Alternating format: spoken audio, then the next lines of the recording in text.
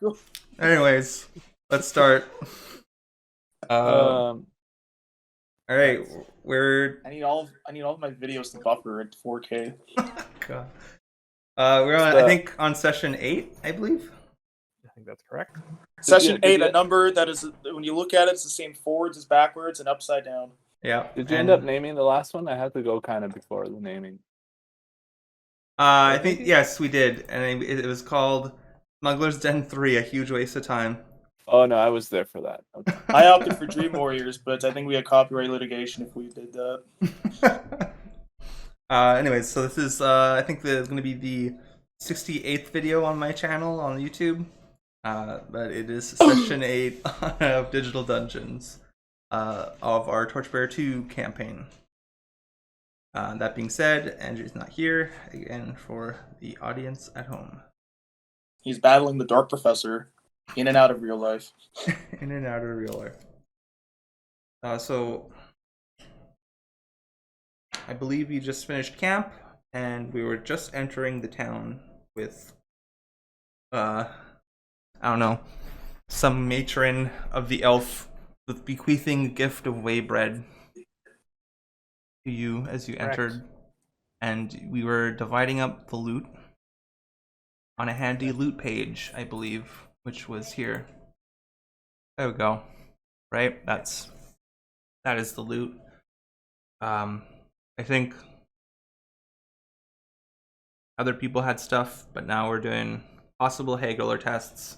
And I just remind you that I guess how town works is town has a bunch of locations you can go visit, and they will cost of living, and you could do things at those locations. Like if you go to the like the tavern, you could boast, you could buy drinks, you could try to like drum up rumors. So that's like a thing you could do.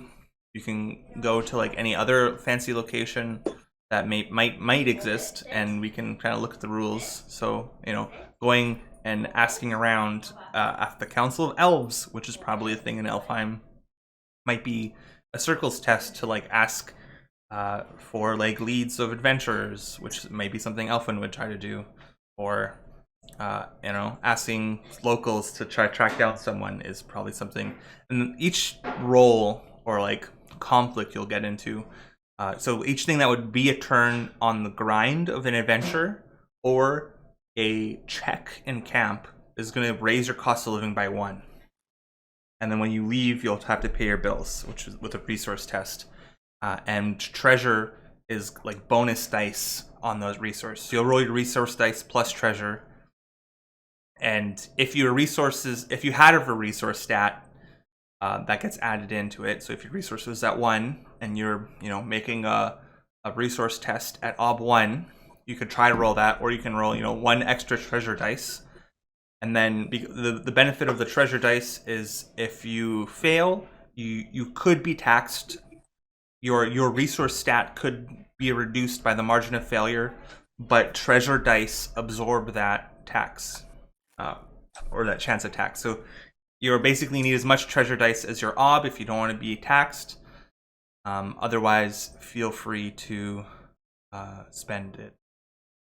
If you want to succeed, you also do less things because you want to have more treasure dice in order to get a success. If you want to fail, feel free to do as many things as you have dice to do, I guess, is all I want to say. If you want a more complete list, feel free to ask of what's available. But now, I believe we want to do our Hagler test. Oh, I guess depending on how much action gets done, we might not do the rewards at the end of session. But considering that there's just a lot of dice, I don't know how much stuff everyone wants to do in town. But might as well set our Blue Instincts goals, which is important, I think. I know it's be important for at least Ardor. So Matthias, you can go first.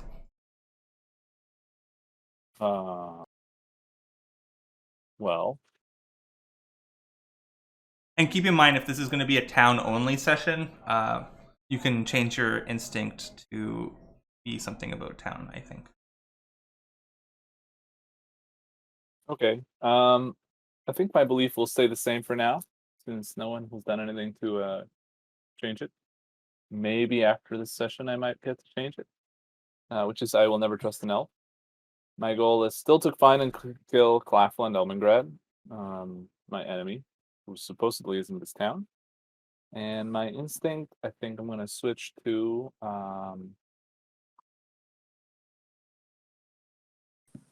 always haggle aggressively.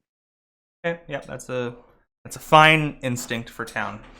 So the thing about instincts in town is that I believe they still do the same thing they did in first, which was reduce the cost of living penalty, I guess, or like number by 1. So if you were to go somewhere that you needed 2 things, it would reduce it by 1. Oh, okay. So you can, haggling cost of living is +1, so it reduces by 1. So you get a free haggle test. Does anyone else want to go next? I'm trying to think of what's a good town instinct to have. Although I feel like changing my instinct now, like I feel like I'm gaming the system a little bit. Always game the system. Always This is the beginning of the session. Always. This is the best time to change your instinct. I have This is to like literally the only time you're allowed to do it. I change halfway through. What? You can change every session if you want. No, I know.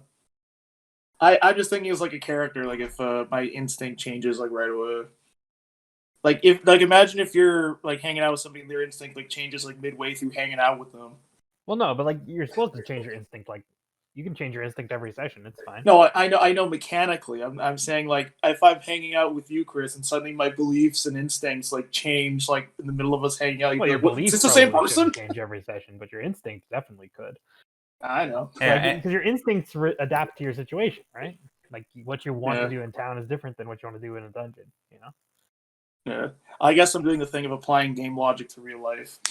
Yeah, I'm just trying to let you know, it's okay to change your instinct fairly frequently because it does make sense. Like every time you're doing something different in the game, your instincts are going to change. Oh yeah, no, I'm just having fun airing my apprehension. That's all. Fair enough. I'm assuming we're all gonna have separate goals. My goal is to make sure you achieve your goal. Well, I kind of just wanted to get to town to get rid of my conditions, but I feel like that's a weird goal to have. You already in Well, town. we can leave. Yeah, town I know. like Get rid of. My goal this session was just to get rid of angry and afraid, but I feel like that's a shitty goal, like as in like lore wise. I mean, you could be like, leave town like fresh, I guess. Yeah, like as something to strive for, so it's not just automatic. Yeah, pay your bills. Yeah. 2 could be a thing. Successfully pay your bills. Sure, successfully pay my bills, or leave town fresh. So because you have leave town fresh. You have to. That's what I wanted to do when I got here. Yeah, you have to both pay your taxes and everything, and then leave town. That's for sure. I guess I'll go first then, or next. I believe everyone deserves health, creed, rich and powerful deserve nothing from me. Goal: leave town fresh. Instinct: I'll also just use Ardors because I wanted to haggle as well. Okay. Haggle aggressively. Always haggle aggressively in town. Okay, perfect. Which town are we in again? You went to the mystical town of Elfheim. Let's see if they try to enact laws about strangers entering their town, as the group of vagabonds come to town again to cause trouble. But that'll be later. That'll be later. So that's 2 people, and there's still 2 more. Corbusier or Elfwin. Who wants to go next? I'll go. Believe anything worth doing is worth doing in style. I say this as I move my hand stylishly.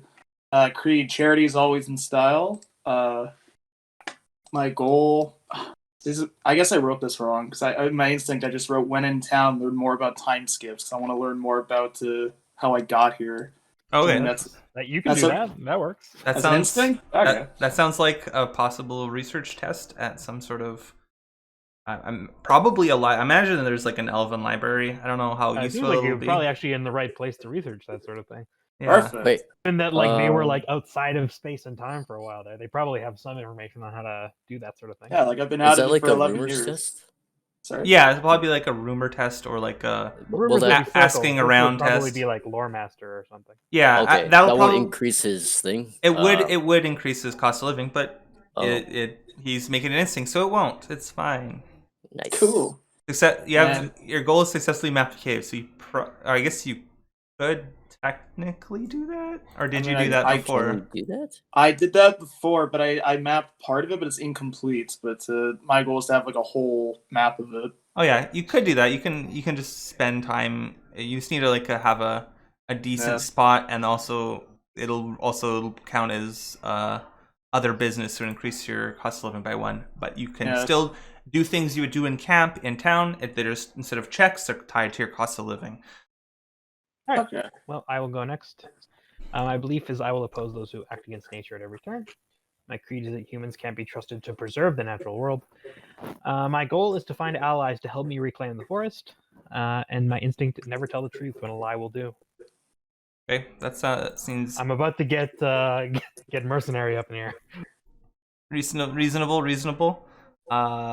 I mean, they didn't like it when I told them the truth, so we're gonna go at another path and see where that gets us. Yeah. Okay. Cool.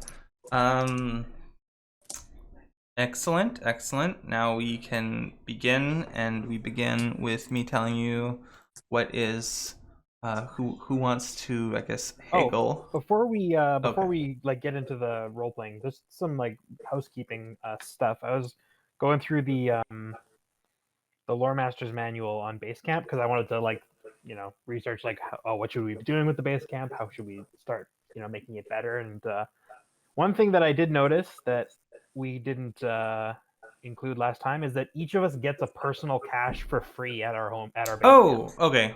I did not know that. So we can each store 12 slots worth of items at our base camp in a cache that is for each of us. And that's that's what, when you set up the base camp, that's what you're doing, Okay.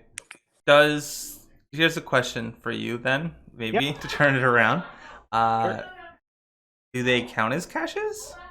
Like, yes, they do count as caches. So then when I like rolled to see what happens at your camp, then I would be like, there's 4 of you who visited the camp. That means there's 4 caches.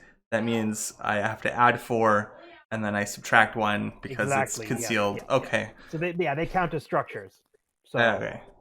That's the other thing I was saying. Like while we're in town, we should maybe like hire a lookout. Well, that also reminds me is that Corbusier leveled up, and you gain a apprentice. Yeah. I do. So that's another thing he can be doing. But we need to get food for them. So that's the other part of it. Yes, because when you go to town, you must basically provide food and water each time you go back to camp, for a base camp rather. Otherwise, your people will quit and no longer be willing to staff the. So I could lose my apprentice. You probably wouldn't lose your apprentice. They'd just be like. Well, they just leave the. They would argue with you, and then they would like come with you probably on your adventure, or like sneak out if you told them to stay there, and then you'd. Wandering apprentice. You'd see them. And that reminds me, you have a fox, and I forgot its name, and it's like a weird familiar that's like a white fox, I believe. I believe I named it after something. I forgot though. Give me a second. Fox gets a new name, I guess. Yeah, I forgot. Its name is ever changing because it's a spirit and whatnot. Sure. What? Yeah. That makes sense. Spirit, we'll just fold it into the narrative. It's all good. My fox's name is Death Grips. Death Grips. It's not. Okay, so Barky. That's my fox name. Town stuff. Stuff in town.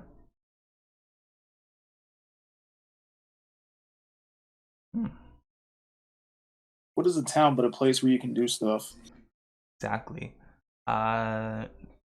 New town stuff, 180. Probably wanted stuff about new town stuff, but also regular town stuff.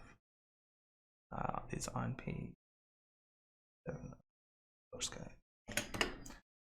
Boom. All right, there we go. Divide the loot, find the condemnations, the weary.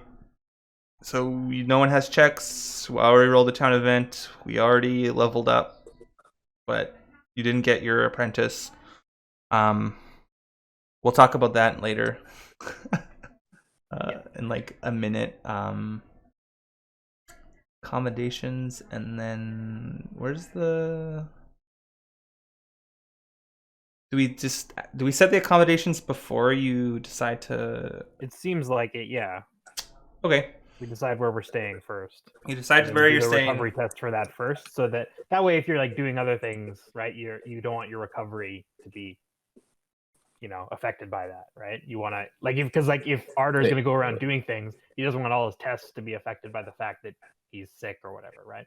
Wait, can we are we doing the recap first before all this? Oh wait, yeah, good point. Yeah, it's just on a sec. So Issa and Klein, with the shopkeep and merchants at the market. Is haggling only for the market now? Seems like it, yeah. Wasn't it always though? I thought that was also like you can haggle for like a thing when you get double the dice for it, but you can use it to pay your bills. Not sure. Let's check. If it's because it mentions market twice and it's under the market subheading. See, I'm not sure if I'm reading the right book, but like some of the haggling stuff affects like accommodations. So should we haggle first? Yeah, it looks as though, haggler is just for the market now. Because I'm reading the the wrong skills book then. page on page 165, it just has bargaining in the market, and that's it. Yeah. Wait, which book are you guys reading this in? The Scholar's Guide. Engineer's Handbook. I'm reading this. What? I'm reading the Scholar's Guide on page 106 of Torchbearer 2. Okay, let me see. 106. I think I have the old book then. Okay. Yeah. If so inclined, an adventurer can haggle over prices at the market. Okay. Before beginning a spending spree, test haggler. Okay, so if you want to go buy like goods at the market, you can go there and buy goods. You can't like increase the cost of a thing to pay off your, I guess, your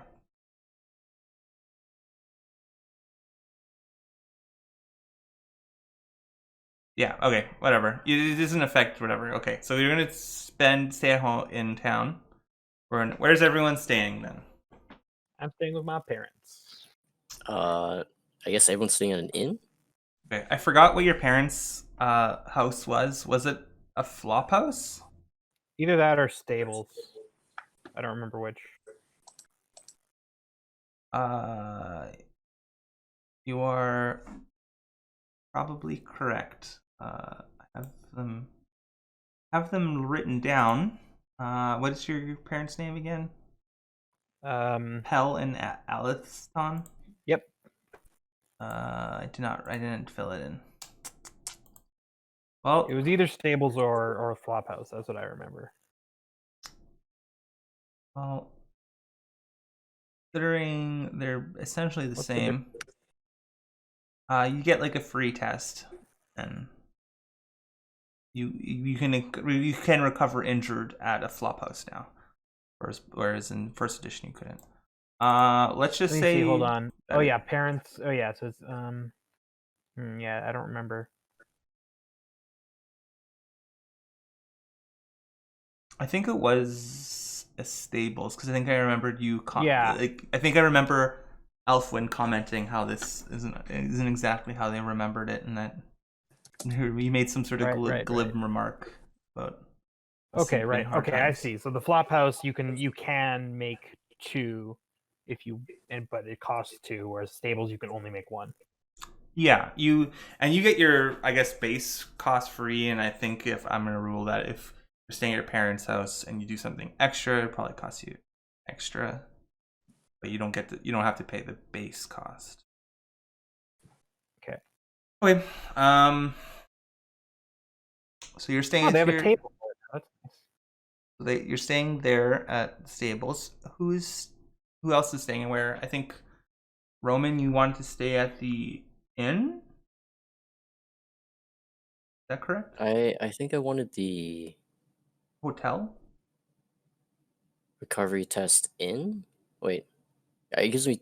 Yeah, I think it was in. It costs 2 and you get 2 recovery tests. You get 2 free recovery tests, and you could purchase up to 1 additional one. Yeah, I'm reading it. Yep. It was the inn for me. Okay, so you're staying at the inn. And a reminder that there is actually no stables because they don't believe in stables for horses because they're elves and they like to free range their horses and talk to them and ranger them up if they need them with their magical ways. Recovery possible when staying on the streets, you hobo. Yeah, I was reading just that. That's hilarious. What were you reading? In the scholar's guide, they have page 102. all the different kinds of accommodations in town. And if you're staying on the streets, it says you can't make recovery tests when staying on the streets, you hobo. Yeah, it's a little yeah. Anyways, so you're staying at the inn, you're staying with your parents. What kind of establishment would Ardor seek out to stay? Because keep in mind that like town phase, when done correctly, it'll probably take about a week per test. So if you make a bunch of tests, you're staying here for a long time. That's why your cost of living goes up, is because it just takes time to stay here and do things. Because everything in town takes twice as long as you think it would, even when it's slow. Even when you think it would take slow, it takes twice longer than that. What the hell is a flop house? It'd be like a workhouse. Like it'd be like a bunch of people who would like live there. I'm imagining it would be more or less like a bunkhouse with like a big open room with beds in it. Like a warehouse type thing. Well, it looks like I don't have any conditions right now, so the cheapest thing you could stay at would probably be the flop house. There's also the tavern, but you need to like roll really well on your like telling tales. Sorry, dog's probably doing something bad. You could have to roll really well on your telling tales, be lucky, and then they would let you sleep on the tavern floor. So most likely, so you're thinking about the flop house then because it's cheap. Yeah, I think so. Okay. And Corbusier. I'm trying to think. I don't think I have that much wealth to stay in a hotel. I'd rather not be a vagrant again. That was not fun. Stay at the flop house with me. Alright, flop house time. Okay. That looks like that. So I claim top bunk bed. The flop house, they crash in a common room, don't get much else aside from fleas. You get to make 1 free recovery test and another recovery test if you do that. Facilities. Yes, yeah. This is there's no guild, so elves don't have guilds. So you can't rent facilities or hire apprentices at the apprentice guild. But you might do something similar for some things, maybe, but not. You'd have to look for that. So you still have to circle people up. Haggling, yeah, we talked about haggling. There might be a shrine, but probably not a shrine at Elfheim, because the shrines are mostly to the human immortal lords, and the elves, at least in this world, are immortal anyway, so they don't really pray to. They don't pray for immortality. They kind of just hope that the world doesn't turn to crap and that it forces them to leave over the ocean, which it's sort of looking that way, I guess. There's no stables. They're completely immortal? Yeah, if they don't die, they'll just live forever. That's what I decided. Like you don't like die of old age anyway. I mean, they can die. I took the more like Tolkien-esque, like, yeah, they're just fine. They live forever if they, Could you die of boredom? Probably not, unless yeah. Okay. How old are you, Elfling? He's probably pretty young in terms of elves. Yeah, I am 100 something years old. 100 and what? 46. Wow. He's old enough to know better. How old are you? Do we even talk about that, or do we just start playing? I guess we can start playing. No. I said, did we talk about that, or did we? Did I just like, here's a character that's kind of? Did we not finish the small details on your character? No, I Ardor think is 6 years the old. age is in there. Oh, it's 30. You're 30. Okay, yeah. Fine. All right. If you want to hire like guards, you can go to the tavern, do that sort of thing. Yeah. Otherwise, just conducting business. You can ask around, do research. You go find someone. You know where they live. Otherwise, it's personal business. It's +1. If you want to assign someone, they might be doing something in a settlement. It's also +1 by finding someone. What kind of role is looking for someone who I don't know where they Personal business, probably. So if you don't know what it is, chances are it'll be just one die. It'll be finding someone. Yeah, it'll be a. So you want to attempt your roll first, or do you want to do something else? Who wants to? Let's do a recovery test first. Sure. So who's We're supposed to do. Drink some Given the soup. procedure. who needs recovery tests? Well, we actually should we not? We didn't Recap. Recap. Yeah. Let's Wait, do. I got a Yeah, question about recap. Sure. It's conditions first, then nature, and then a skill or something? Yeah, that sounds Okay. exactly right. Or no, not a skill. Not a skill. Conditions first, then nature, then like spells or miracle things, or like Okay. mortal burden. The skill is for if you're coming back and doing the prologue, and that's at the end, I think, right? Or in between. Yeah, you got the order right. So Okay, who wants to do it? I'm gonna pass then, because I was gonna level up my. I was gonna level up or put up my nature, but I wasn't sure if which one comes first. I think I did it last time, so I'm exempt. Yes, I will do it. I don't have any checks to. Yeah, so I mean, I can recover from anger, so I may as well do it. Yeah. Last time we took up where we had kind of went in media res. We had decided to deal with the imp in the dwarven smuggler's hideout by trying to convince it that it's not worth his time to fight us, and that so we basically just flattered him, and he said, "Oh yes, you are a mighty demon," and all that stuff, and he seemed to buy it. So he followed us around, content to let us to be entertained by us wandering around. We managed to set off some traps while looking for a treasure, which brought down some zombies on us, which we managed to drive off. And shortly after that, we discovered a secret chamber that the dwarves had hidden, but unfortunately, it was mostly already, completely cleared of anything valuable, which was unfortunate. But such is life.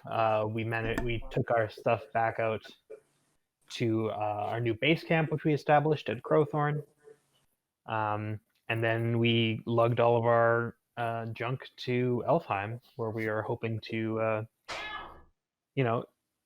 take the next step of our journey from there. All right, great. Yes. Cure your angry condition. I'm no longer angry. Excellent. Or calmer. Remembering the last few hours has calmed you down, focused you. Mm-hmm. It also occurs to me that we said we would take that letter to those guys in Aldenport. Probably do that at some point. Yeah, do we ever read the letter just to violate his trust? No, you I think guys. Talia has it, doesn't he? Doesn't she? That. Talia might have it. Yeah, whoever took it. I don't remember if it was Talia or not, but. Ooh, I wonder if we can have. I feel like it is, which is why maybe we haven't been talking about it. I'm just wondering if when Talia's back, she'll regale us with tales of delivering the letter. Find out. Anyway, that's it. So yeah. I think Corbusier has it in his small sack. This letter with details. Ah, yes. All right. It's in a small sack. It's getting lemon juice on it by accident. All right.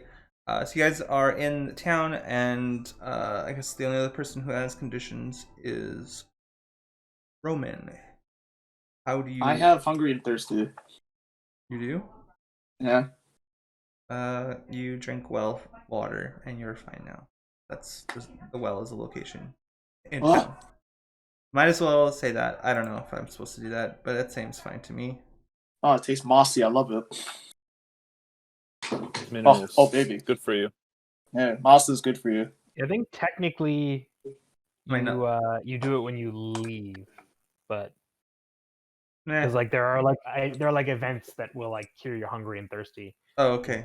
Well, then so you're technically that's one of the only things you can't recover in town. Unless you go to the tavern. Automatically, unless you like go. So it kind of incentivizes you to go to the tavern, because if you go there, you can drink, and that cures your hungry and thirsty. I encounter an event in which I enjoy a full meal at Howard Johnson's. I mean, yeah, that's one of the things that can happen in the tavern, right? But if you're not hungry and thirsty, then there's no incentive to do that. So yeah, that's a good point. Yeah, it's one of the few things that you actually can't recover before going into town. Okay. I will put the check mark back then. Oh wait, recover from afraid automatically upon entering elf home, regardless of recovery order. Yay! I think that's just for elves. No, it just says that. Oh really? Really? Yeah. Just for elf towns? It says recovering in town, unless otherwise noted, recover from conditions following the standard recovery order. However, note the following exceptions. Recovery from afraid automatically when entering elf home, regardless of recovery order. Automatically recover from exhausted if staying at a hotel or equivalent obligations, regardless of recovery order. Invocations, potions, and lictors may remove conditions outside of the standard recovery order, and some town events allow players to remove conditions regardless of recovery order. Okay. It doesn't mention anything about being an elf. You just do it because it's mystical and cool. And you're in a comfortable town. I think there was something to do with being an elf that might was relevant, but I can't think bonus of it something anymore. else. There was like, I think if you go to like the dream house, which is a location to go to sleep or something. Yeah, maybe. Anyway, it doesn't matter. That you cure your fear by finding the nearest. I don't think any of us were afraid, were we? Roman was afraid. I was, yeah. Yeah. I wasn't like technically afraid, but I was afraid of Roman. Using the instinct in town does not add to your lifestyle cost. Traits can be used for beneficial effect in town. Traits cannot be used to hinder the adventure and generate checks. Yeah, free refills. Yeah, that's after the fact. So yeah, you are hungry and thirsty still. All right, so you want to do your recovery condition, Roman? Your check, you get a free one or possibly two for staying at.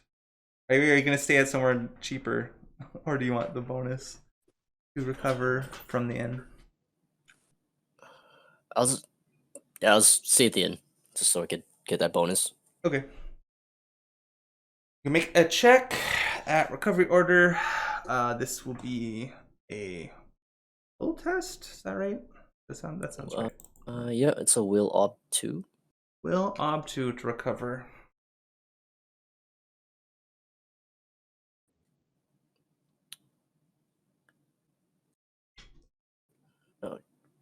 I get +1 for being an inn, right?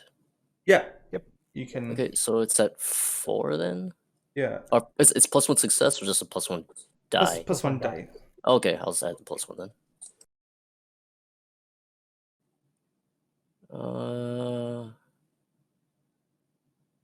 Sure, 4 to 2. 1 sec. There you go.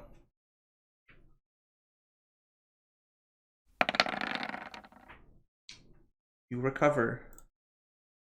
Staying at a fancy inn calms you down. Excellent. All right. Just keep a tally, someone, about the stuff you do. I don't know. Are you keeping a tally, Chris, or should I keep a tally? No, I'll keep a tally of everyone's cost of living. Yeah. Sure. So yours is currently at 0. Everyone else is at 1, except Roman, whose is at 2. Is it? I thought you get a free test. No, but staying at the inn is 2. It's 2 to start with. Got it. Yeah.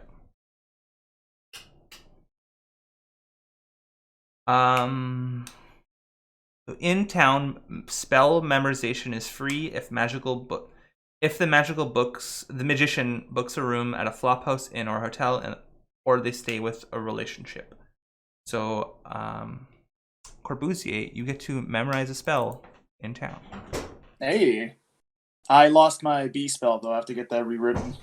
Yeah, you'll have to go to Clifton to meet your mentor. That's my favorite spell too. Gosh darn it! I will memorize. So it's no longer in your spell book. Boop. Yeah. So you have your choices are looking like Wisdom of the Sages only. I want to memorize Waterlung. That's a Circles level 2 spell with the rewrite of the rules. Your Memory Palace is level 1, so you cannot hold a level 2 spell in because it takes up 2 slots, I believe. So I think your only choice is actually Wisdom of the Sages. So we'll click that is in your memory. And that's where I talked to the previous wizards in my line. I'm essentially doing like Dark Souls, like spirit summoning to help me in a battle. Kind of, but it doesn't need to be in a battle. It's just to help you talk like other languages, usually. Yeah.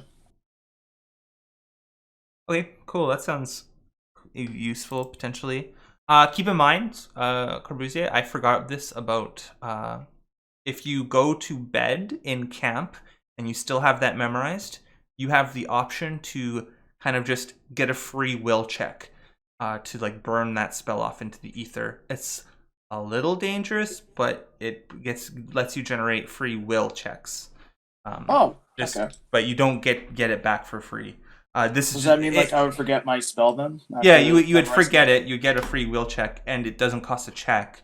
But that would be like if you want to memorize a different spell, or you had the ability to memorize a different spell, but you still had that available, and you didn't want to spend 2 checks to write that into like a scroll or whatever. You can burn it, get a free check, because it's now useful to try to. I think it's also just to try to prevent you from being like, oh, but I worked hard to get this thing. I need to, not spend it. Or not. I don't want to like get rid of it for nothing. But now you get a free will check. Oh, wonderful. Okay. But since it's the only one, you might want to learn some new spells from the other books that you are currently in possession of. Yeah, I think Mystic Porter would be fun, so I want to use that combatively. You probably can't use that combatively, just letting you know. I want to use Mystic Porter if somebody goes to punch me, like their hand teleports to their own face. That's not how that works at all. Well, I want that to work. You could probably learn something shield. Was that a spell that existed? Wizard's Aegis. You don't know that spell. Oh, it's not in your book, though. You know Wizard's Aegis, but it's not in your book. It's there. Like, I probably had it tattooed, but I tell people it means, like, perseverance or something. Yeah, that's a spell that could do that, potentially. You can, like, if you could defend so hard that if you were defending, I believe, I can't remember if it was this version of the spell, but it was some version of the spell, you could defend so well that it could damage other opponents. Like, I can wrap a shield around me so much that it will just choke my enemy as it envelops them, too. Yeah. Or, breaks their hand as they try to, like, attack you. I don't know. Ooh, yeah. The Corbinite maneuver, I like it. Alright, well, we've recovered, so now haggling time. Time to haggle. Well, that's if you want to go buy something, I believe, at the market. Right? And we just talked about that. So are you buying anything? We need to find out if the market is open, I guess. Well, it should be open, right? Yeah, I guess. It says, "Is the market open?" ? I don't know. Where does that say that? In the town phase procedures, it says market, free market. Market is open? It's a typo. Is market is open? Yeah, I think so. You don't need to. No, there's a particular I guess it would market. be like a town event when we entered, probably. That would close the market, presumably. Yeah, I think it's open. Yeah, exactly. I think it's a town event. So if it didn't happen that it was closed, then it won't be. It's called the Is Market.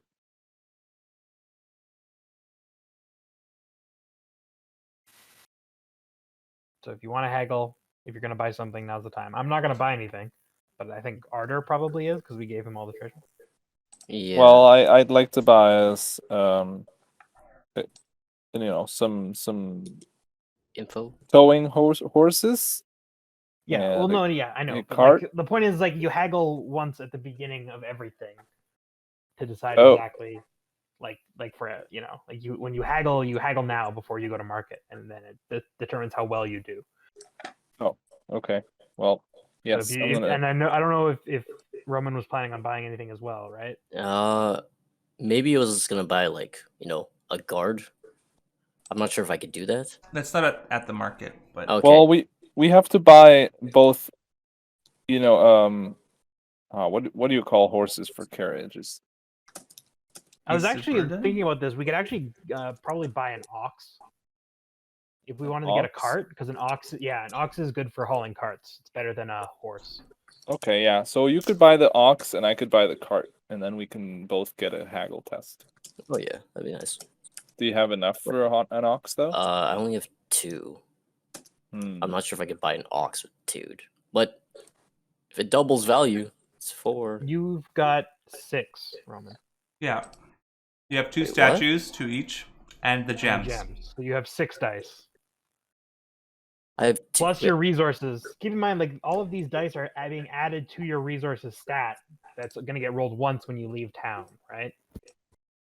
So, in terms of like buying, like your test should be like, like normal. It should be like slightly less than half of the total number of dice you have. If you want a success. You want to succeed. If you don't care, you just want to purchase and be insulated and get a fail on your resource test, feel free to spend up to the dice and really try game the system. Get as much as you can out of it. That's a good point, yeah. So yeah, like maybe for Arter it would be like just whatever. He can just get the fail. Although maybe he needs a success, so maybe he should try to succeed. Okay, so you guys are going to town and you're going to the market. Haggling in the elf home market is obstacle 5. You both have instincts. No one can help you. I don't think usually anyone can help you anyway. If I guess if you're not buying something, you could go with someone else and help them buy something. But normally it's just your own self. Who wants to go first with this ob 5 roll? Kind of need to fail here. I also need a fail. For Haggler? Yeah. Yeah, I have 2 passes already. I don't have any fails. How do you have 2 passes on Haggler? You've never haggled before in your life. I don't know. They're marked here as passes. Are you sure I've never haggled? I don't think so. I don't think we've bought anything yet. Yeah, we've never haggled before. Why would these be selected? Huh. Well, maybe they meant to be on fighter. You fought, or? I mean, I'm sure I've fought before. Maybe that's what it is. Well, you still need a fail either way, I guess. I want to move them to fighters. I'm pretty sure I've never haggled, and I'm pretty sure I have fought. Ah, that's fine with me. That would make more sense. Yeah, that's weird. All right, then I could use a pass or a fail. So,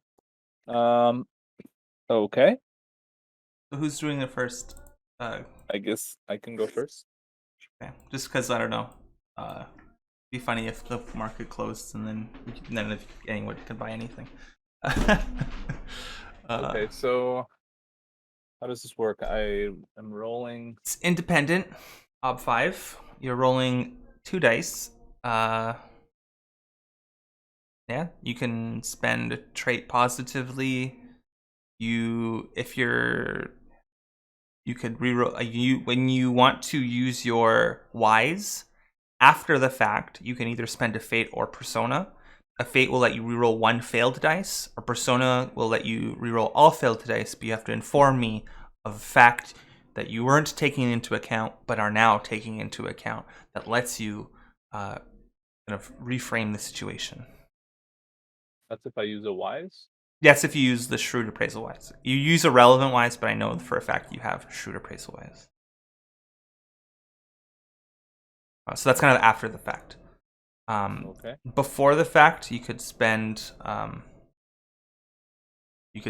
of your persona to just get a single bonus dice. You can spend a persona to tap your nature. And then on a fail, I guess if it's outside your nature, which it might be, it would tax you by 1 or the margin of failure on a fail. But you would get a total of 5 dice added to this number. Your choice. This is not looking like a very easy test. No. Elves are probably already giving you a good deal. And so they seem to be very shrewd hagglers. Okay, I don't think I'm gonna tap my nature for this. So I'm gonna use my fate points after the fact. See if I can bump it up. Actually, that's impossible. With 2 dice to get to 5. Yeah, you would need double 6s, then double Yeah. 6s again, and then a single pass. That should be Yeah, there's exceedingly no way. small chance. Yeah, even tapping my nature, it's almost impossible for me to pass this. So like 1 in a 200 chance or something of happening. So I think I'm just gonna take my fail here. Well, just roll your dice and take the fail. We could see what happens on the fail test. Because there's a table. All right, I got a 1 success. Very average. So each adventure may haggle the person. Okay. Unsuccessful market table. Roll a d6. Roll a d6. Mm-hmm.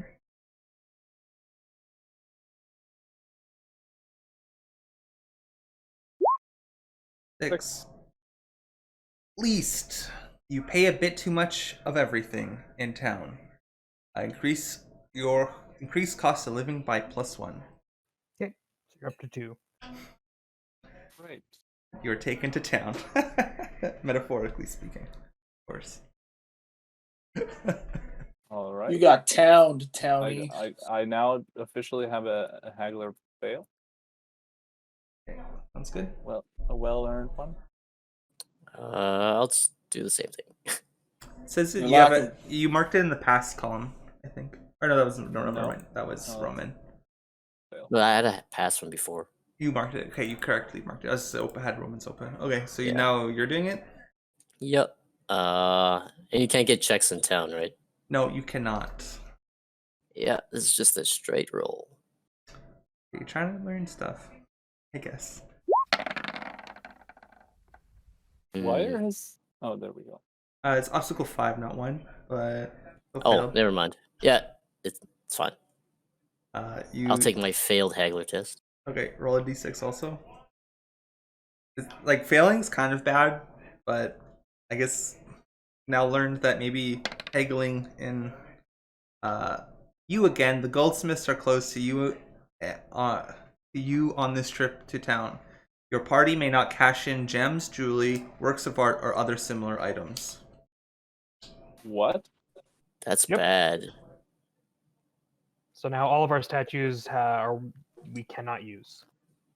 And gems and cash. Well, I guess I'm not finding my enemy again. So yeah, literally nothing we have is can we. Oh wait, I guess cash technically is fine, but I don't know if you guys have it.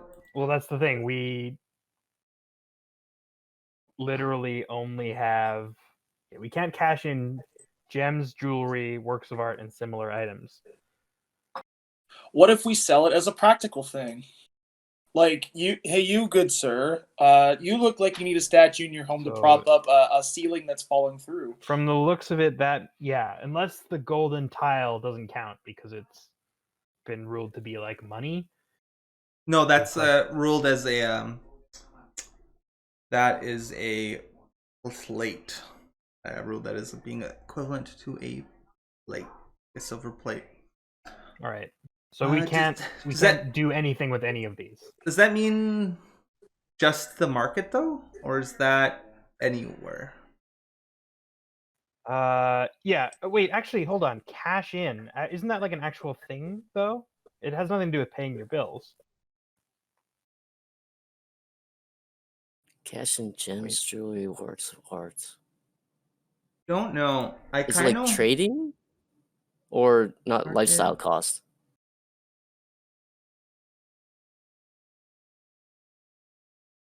Well, sometimes it's the increased lifestyle cost.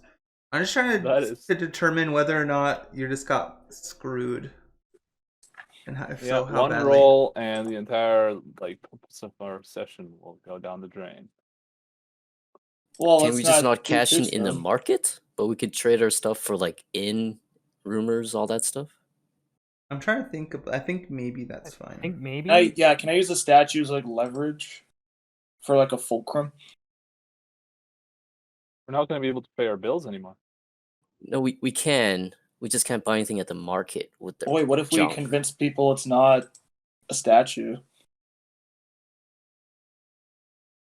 What if we tell them this is like construction I'll be right back. material? You guys look that up and then do a quick bet. I think I have to make a ruling on this. How big is the statue? I know in first edition it would screw you over, but it was also because you would be able to, you know, double the cost of one thing and then just go to town with it, and like it would be able to double it for your bills. But this seems much more like doubling it for the market only. But it says close to you on this trip to town. I guess technically you could. You're not paying it to the goldsmiths, though. You are. Well, like the I first don't even sentence, if so know. inclined, an adventurer can haggle over prices with the shopkeepers and merchants at the market. It Yeah, doesn't but say- it's like, is this like abstraction? Is I know the what you cost mean. of living abstraction, and technically I you think sold this it is for you to decide. Yeah, like I've no idea. You know, as written, I want to be like really terrible and be like, no, but then it's so bad for your like everything. I think as written, it's for us. Is it? I guess I don't know, cause it's like this one paragraph talks about your market, but then other places like, oh, you increase your lifestyle costs because you got fleeced. Things cost more. I'm just wondering. Because everywhere else, kind of, if it talks about the market, it specifically has the market. Yeah. I don't even know. But Yeah, it I says assume it's for the market. Yeah. Don't buy the things at the goldsmith. market, and then it's fine. Yeah, Everyone was I don't think we were. you were trying Yeah, to. Well, I think that this is I think the way to rule this is it's just the market. Like they won't take like the goldsmith seems like they're people at the market, right? Yeah, the goldsmiths. So like you're gonna show up and be like, oh, here's this statue, and then they'll change it for gold, and then you'll give the gold to the market people. But they're not gonna do that for you. yeah, but I'm like wondering if like that abstraction is you show up to like, you know, you're not going to pay the inn with a giant statue. You would take it to the like you get it exchanged, which we never talk about, and it's all abstracted. Is that including bills? But I don't. I'm just gonna rule that it is not, and that was talking about the market, and because I don't know, I'll be nice to you this time. Wait. But I thought it's like a bartering system. It's like I'm going to the inn. Here's this awesome statue. Can I use it for my stay? That's what I was picturing in the beginning, even before this. Well, it kind of let me put it this because you can like cash things in, like literally go to like something you can do in town is literally get cash for your stuff. That's like a literal thing you can do, which is what I was wondering what that has to do with everything. Because like you can go to like the literal like that's the thing you do, cashing in on. I don't think we've ever done that, have we? 116. Well, it's new.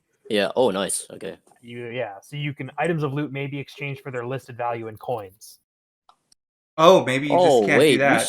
Then we should do that. So maybe that is specifically saying you can't cash it in. You can't get coins. Yeah, that's what I was thinking. Like maybe it means like literally you can't do this. Like you have to just like give them all or nothing. You can't cash them in for smaller increments. Oh, that makes a little more sense. That's more sense. I didn't know that was a thing. I didn't read that far down. Yeah, page 116 of the Scholar's Guide seemed. Yeah, that's what I was trying to think, but I couldn't think of like what it was called. So we didn't. So from now on, we don't really have to like make huge investments on small things like. Well, this 6 die for this 2 thing. It's terrible. Like you always get like you get like. Yeah, you get ripped off when you cash things in, basically. But then you don't have to lug around things. If say you want to get a bunch of gold here and then go to like the busy crossroads actually and not have to make a series of tests to get there, you could have done that. but now you cannot. Yeah. So yeah, it kind of implies this too in the cashing in section that loot that is not traded for coins may still be spent, but only in its whole value. So yeah, that seems to be like what that's implying. Like you can't cash in anything. Just because it says cashing in, I'm going to say that is what it says. You could still go to market, but you have to pay. You don't get any change back. You have to literally just barter with your stuff. You can't cash stuff in. That's what we've been always doing, right? Yeah. That's what we used to do all the time, yeah. But now you can do this. But So we just now can't we cash can't. in. Because yeah. Page 116. Yeah. Okay. Yep. No, that makes sense. It completely makes me feel better about it also how seems bad. Like, this seems like what is intended by that restriction. Also, when it mentions goldsmiths and money changing, that is money changing. Yeah, that's what this is exactly. So that's fine. Excellent news. I thought I screwed over and over. Oh, so close. Still kind of. I had faith in you, even though everyone else also had faith in you, but was less sure. That's good to know. All right. No problem. All that said, I guess, are you still going to the market? I mean, from the way it reads, it means you can still buy stuff. How much is an ox? An ox? Like an ox cable? Like, an do ox I and have cart we need. ox and cart? Well, one person wants to buy an ox and one person is going to buy a cart. I thought Ardor was going to get the cart. Well, yeah, but those are the two things we want. So yeah. Let us look at the stuff. 10 people. Well, we might also get, horses for ourselves, depending on how much extra money we have. Yeah. All right. I guess I'll tell you the ob, because why not? I don't really mind telling you the ob. They're available, and they are ob 4 for an ox, and a horse meant for riding is also ob 4. A horse meant for pulling is ob 3. A donkey is ob 2. You can put stuff on a donkey, but like an ox can pull a cart. I'm not sure. Because ox has hauling in its nature, so that's kind of why they're better. You said 4? Yeah. Okay. That's the op? Yeah, that would be the ob you're rolling, so you would have to get some sort of noun of dice and roll against that. So keep in mind, like Ardor, you have like 9, 6. You have 16 dice. But you can't break them up, so you have to save some for your bills, and you can't. There's no changing it, and I guess you can't go and like change the firestones to cash. And the ring is that technically 4 dice if you change it in, and depending on if you add to the firestone the golden tile, it would be -2 because I imagine it would 10. depend on like if he's in the market, he's buying a bunch of stuff, right? And then you'll take up the total of that and then subtract the king's fifth. Yeah. Does the king's fifth get subtracted before or after my penalty? It doesn't say. Your penalty is not on any rolls. It increases the bills by 1. Your bill is now at 2, even though you only stayed at 1 the king's fifth is only when you're doing huge. It's actually when you're exchanging loot for coins specifically. Oh, really? Okay. Sorry. Yes. Really? Oh. Wait, what? Yes. I feel like I read this and I didn't sink in the right way. Yeah, because it's in the same section as the money changing thing. Oh, yeah. Wait, so I have the level 4 fence. Don't pay king's fifth tax. Yeah, so when you change money, then you don't get taxed. So if we ever do that, we should just give me all the loot if we're just gonna exchange all money. Yep. But we can't. Yep. So. Yeah, we can't do that because we can't trade things in. Yeah. Oh, that's cool. That level 4 actually means something now. Level's just a number. I was like, that thing's useless. Oh no, yeah, you're right. You're right. And what's the op for finding out information about this guy? Probably. I'm not gonna tell you. The cost of living would be +1. Yeah. Who knows? But the cost of living would be +1. That's a good point. Probably hard because you're probably diametrically opposed on your alignments. Considering you're part of a guild, you're probably somewhere along the lines of like chaos or unaffiliated with a bent of chaos, and he's probably How much does a cart cost, Sean? He's probably lawful. A cart would cost an amount of money, which I will tell you after I scroll up slowly. Alright, here we go. Equipment, conveyances, cart, ob 3. Oh, really? Yeah. So That's not bad. let me look at Not the at all. The cart. ox is more expensive. Yeah, I could buy the ox because I'll trade in a statue and the gems, and I have a resource of 2, so it's 6. I'm kind of. It's 6 to 4. It's not what bad. No. Like when you're in the market, you just spend the treasure and get the thing. No, you still make the roll. You still make a resource test. Right. Yeah. Yeah, you still make the resource test. That's true. So but it's 6 to 4. You're still insulated from failure, right? Because you're spending treasure dice. Yeah. I think Steed wants to a pass, maybe? Is that why you're talking about this? No, I want to fail, actually. Oh, never mind. Then, yeah. What do you care? Bend away. So, a cart, 2 horses, and an ox is 15. Yeah, I don't think we have that much. No. You have 16 just on your own, Arter. Right, but I also need to find out where this guy is. He wants to do that. And apparently that's really expensive. There's +1 cost of living. Okay, well, collectively, we've got, let's see, 2, 5, 9, 11, 27. Collectively. Right, and just for cost of living, we're going to need 2 for me. 2 each. Oh, no, 20 currently. If we buy everything we want, plus our current cost of living, we are at 20. So he has 7 left over for his finding. But each dice is not a guaranteed win. It's a 50-50. No, but it does insulate you from failing if you do. As long as you stay within the bounds of your treasure, nothing bad can happen to you. I see. You can spend right up to the hilt if you don't care about getting passes. Like if you can like rack up a cost of living of 8 and then use your 8 treasure dice, you'll fail probably, but it won't matter.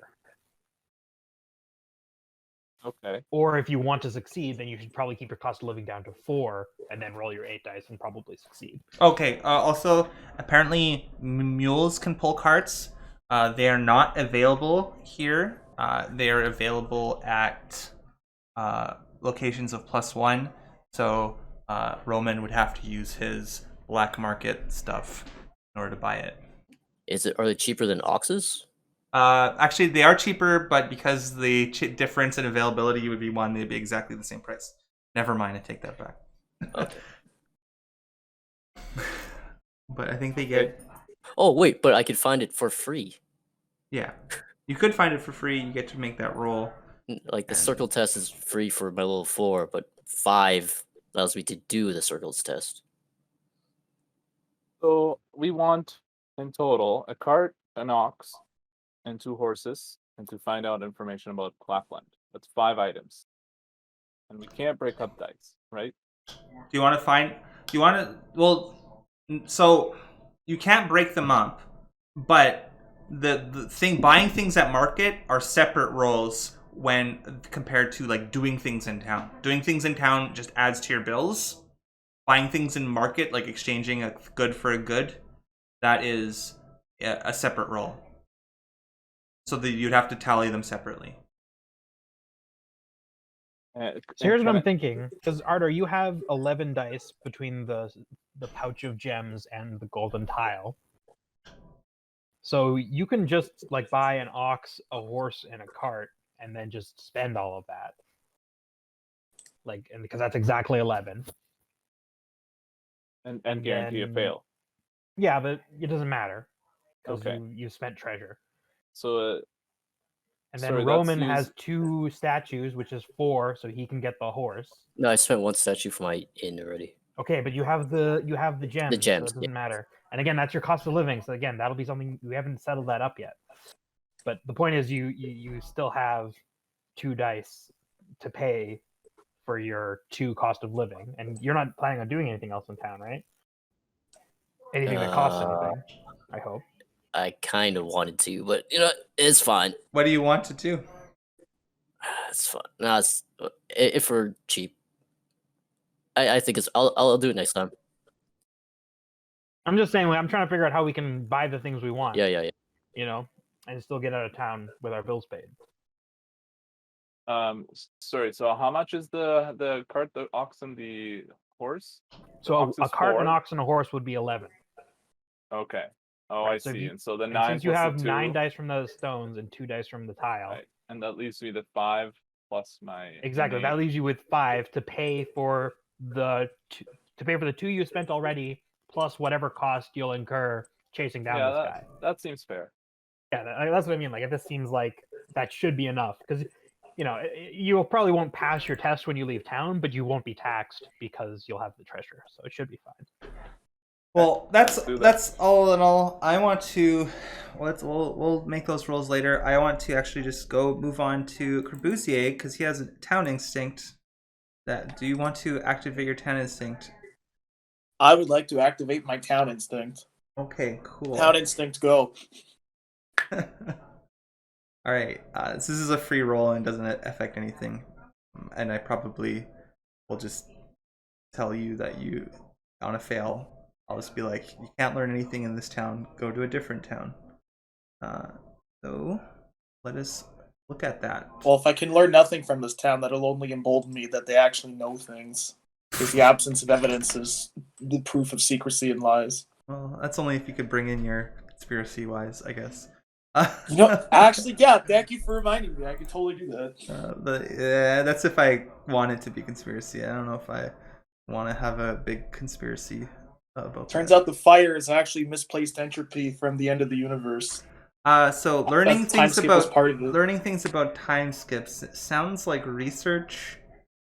So that is probably on page. I don't know. I just passed it. Oh, God. Go visiting, personal business, finding someone.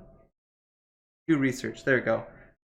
In town, you may hear rumors or warnings, find maps, and learn bits of lore. In addition to trading goods and coins, town is a place to trade knowledge. Because, though some will say otherwise, knowledge is the most precious treasure. So you can research leads, rumors, maps, and bits of lore. Anything you've heard or found out in your travels requires access to library, manuscripts, journals, or engravings. I'll say there's probably a library. There's probably an elven library. Can be found at the Wizard's Tower, Guild Hall relating to commerce and the settlement, Roran Hall relating histories and settlements of ancient grudges, Elf Home in their dream houses. The elves walk through many worlds. Oh, so you're gonna go visit the elven dream house? Yo! Okay, so let's go to This is cool. Let's go to Newtown. In the Lore Master Manual, because that is a new town thing. Ooh. Where's the Elven Dream House? Ancestral Dream House. Owls spend most of their days in the Elven Dream House, asleep and dreaming. They gather in the dream house and lie down on ritual briars. Some sleep for hundreds of years at a stretch. One only goes to the dream house to sleep, so visitors are not allowed. Should the dream house be destroyed, elf homes must be reestablished, blah blah blah blah blah. I honestly thought that something was like something terrible would happen if you somehow went to the dream house and weren't an elf. card.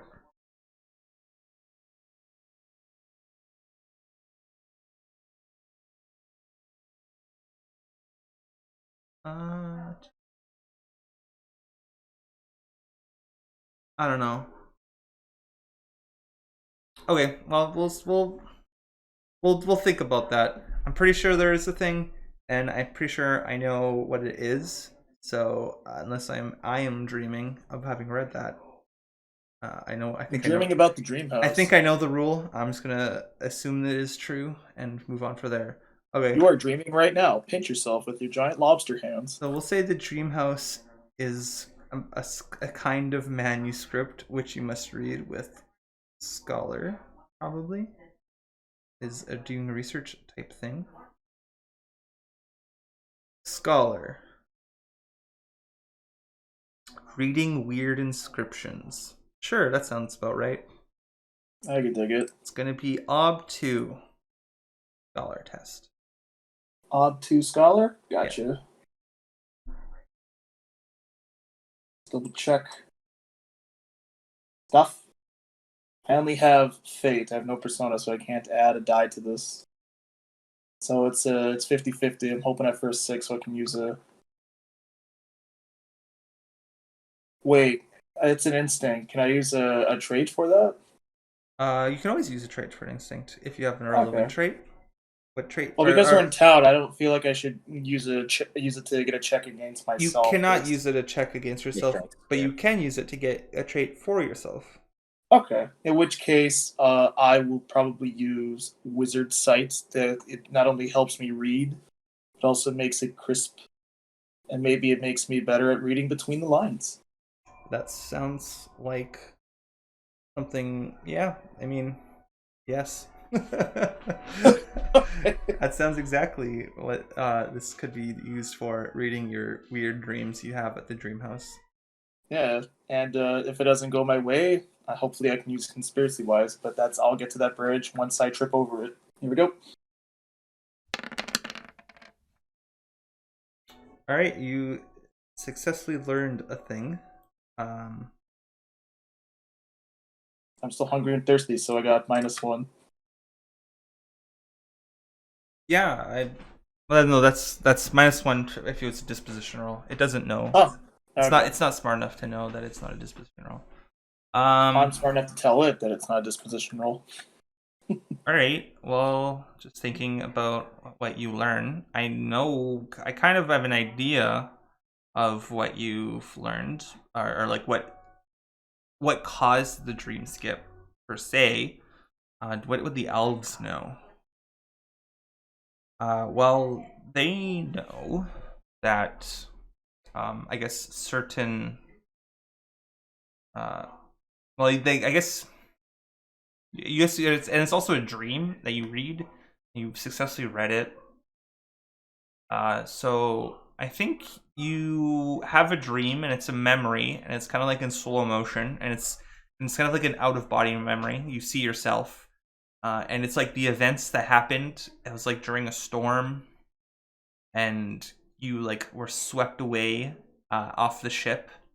But the lightning like struck the bow, and probably magical energy like of the lightning, because this was some sort of magical storm. Like went into or as like the mast probably like was like splintering apart. It's all in slow motion, and you see like part of the boat like fling into you, and as you fly off the thing, you probably like dematerialize before you hit the water, and the splash people heard was probably like the tip of the mast like hitting the water, so everyone assumed you went into the water, which you did, but what you remember was like hitting the water and like waking up and like getting splashed around and maybe like going unconscious, like adrift like a piece of wood, and then like getting washed up on shore like 10 years in the future. So it's some sort of magical storm in a particular region of the world, which I will say you now remember because you were on your way to find a mystical hidden temple You know what? Let's just go full bore. It was the City of Gold. Yay. A mythical city of gold. Of some ancient some ancient race older than man and elf. Yep. That's a man elf. That sounds reasonably foreboding and cool. Goodness. Yeah. So I don't know like what the lightning was, but I know it's related to this ancient race and its city of gold. Yeah, and I think you probably have some recollection that the captain was like fervently like, let's do this, and everyone signed up, and I don't know. Probably in your dream, there's probably a moment where like people in the dream are like or like the crew members. You know what? Yeah, like they'll just have like a little like backstory of like what your crew was up to while you were gone the past 10 years, and it's all told to you in your dream. And so the crew members, yeah, like mourned your death obviously, and had your like a funeral and like for you, because like probably the only few things you had there were probably just like a spare set of robes or something, which they like, you know, folded and like put over out to sea because you died at sea.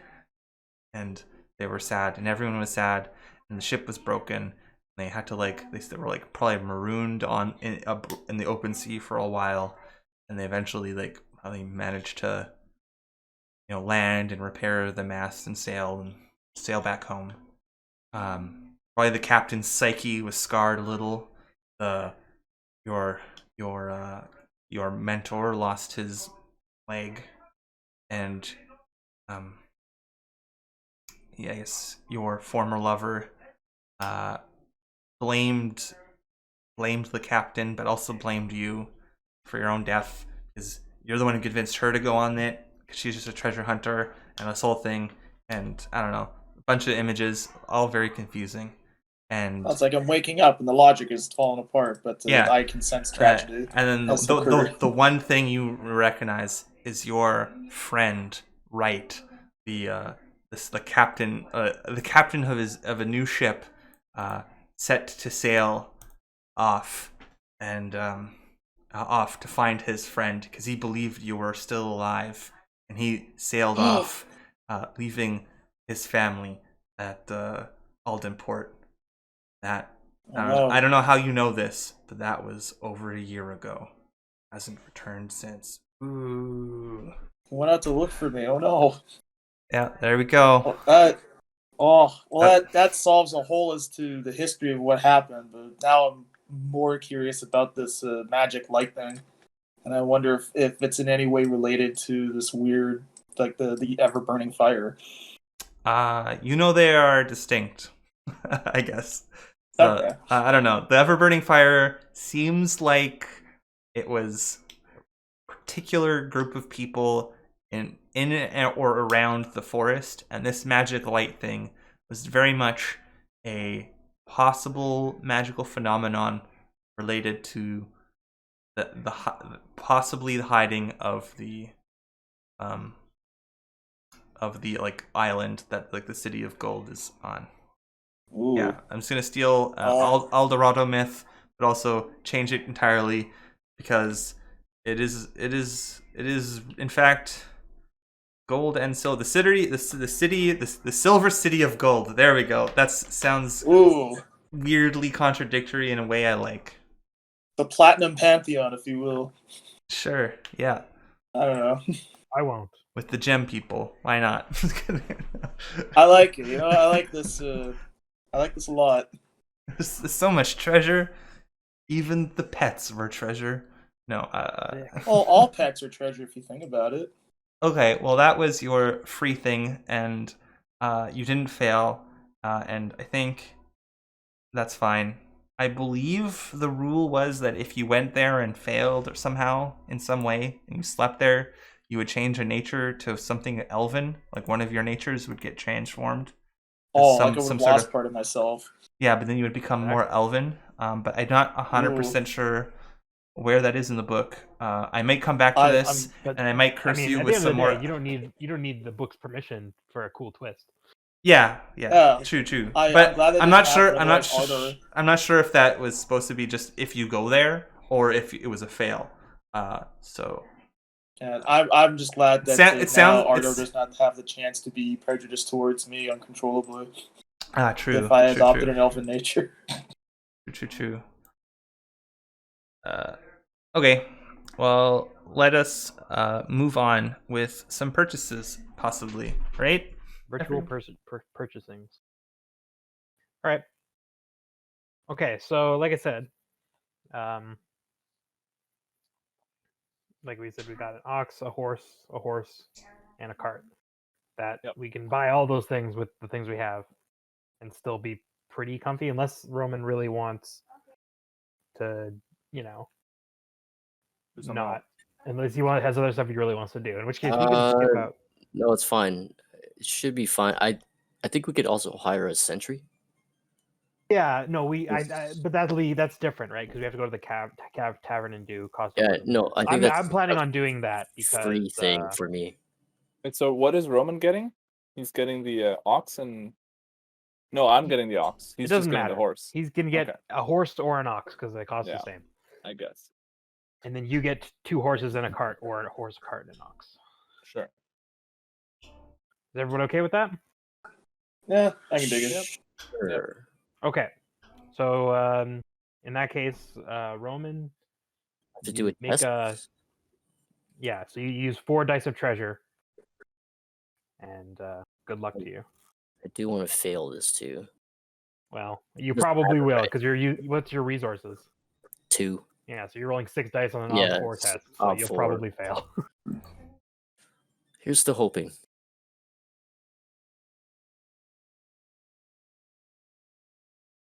I have no idea how to add it. Is it gear? Yeah, just give yourself 4 extra dice. It doesn't really matter how you add them. I want to pass, but I'm not going to pass. Fail. You nope, succeeded. You succeeded. That's hilarious. Is there some way I could fail? No. Nope. Damn. Could I use a trace against me but not get the check? No. Unfortunately not. Damn. That also has to be declared before the roll, and no. Okay. All right, so I will remove the 2 statues since you've used them. You don't know your own wealth. Why? All right, now your turn, Ardor. So I guess your resources is 0, right? Is that My 1? resources are 1. Oh, okay. So roll 12 dice. Resources test of 11. Some sort of elven nature, or not, dwarven nature. The questions are different, so he is able to raise his. So wait, how do I add these dice? So go to gear or supplies. I'll click it. You see the little number. How many extra dice was it supposed to be? 12? 12. Well, 11. 11 dice for a total of 12. 11 dice plus your resources. Okay. Well, you probably could pass, actually. No, all right. What's the obstacle? Obstacle. It's 11. Oh, the obstacle is 11. Huh. Okay. It's virtually impossible unless I get a bunch of 6s that I can explode. Well, like, if you think about it, odds are you're going to get 2 6s, and you're probably going to get half of the passes. So you're probably going to get 6 passes. 2 of them will be 6s, and that will lead you to possibly 7 passes on average. There is no way. No way in hell. But if you roll all 6s, you then roll... if I roll all 6s, I would be good. Yeah, then definitely go for it. But I'm not going to roll all 6s. Also, I think you guys can help each other too, right? Maybe? No, I don't know. Probably How? not. If you have the resource stat. So my 2 resources go to him? No, you just use a help die, and help die would go to him, I believe. Oh. Yeah, but I don't know. But since you guys were like haggling, probably not you can't help each other, maybe. It probably doesn't even really matter. Right? Yeah, that also doesn't matter because 1 dice isn't going to make you succeed. No, but maybe he could get a fail roll. Yeah, I could get a fail with that, right? I don't even know. Helping on resources, is that a thing still? I will take that fail if I can. take the veil and run with it. Let's find out. Resources. I need to get a roll like you did. No, If you don't want this. If I roll like Makes me you sad. did, then I could get a pass. I need a pass. I don't know why you need to fail. I don't even have the option to. He has 2, so he already has the pass. Oh, I see. Oh, hilariously, you get a hometown advantage on your resources test. Why? He's not in his hometown. Alfwin. I'm talking to you. Oh, I know I do, but yeah, he doesn't. Treasure and cash. Okay, resources.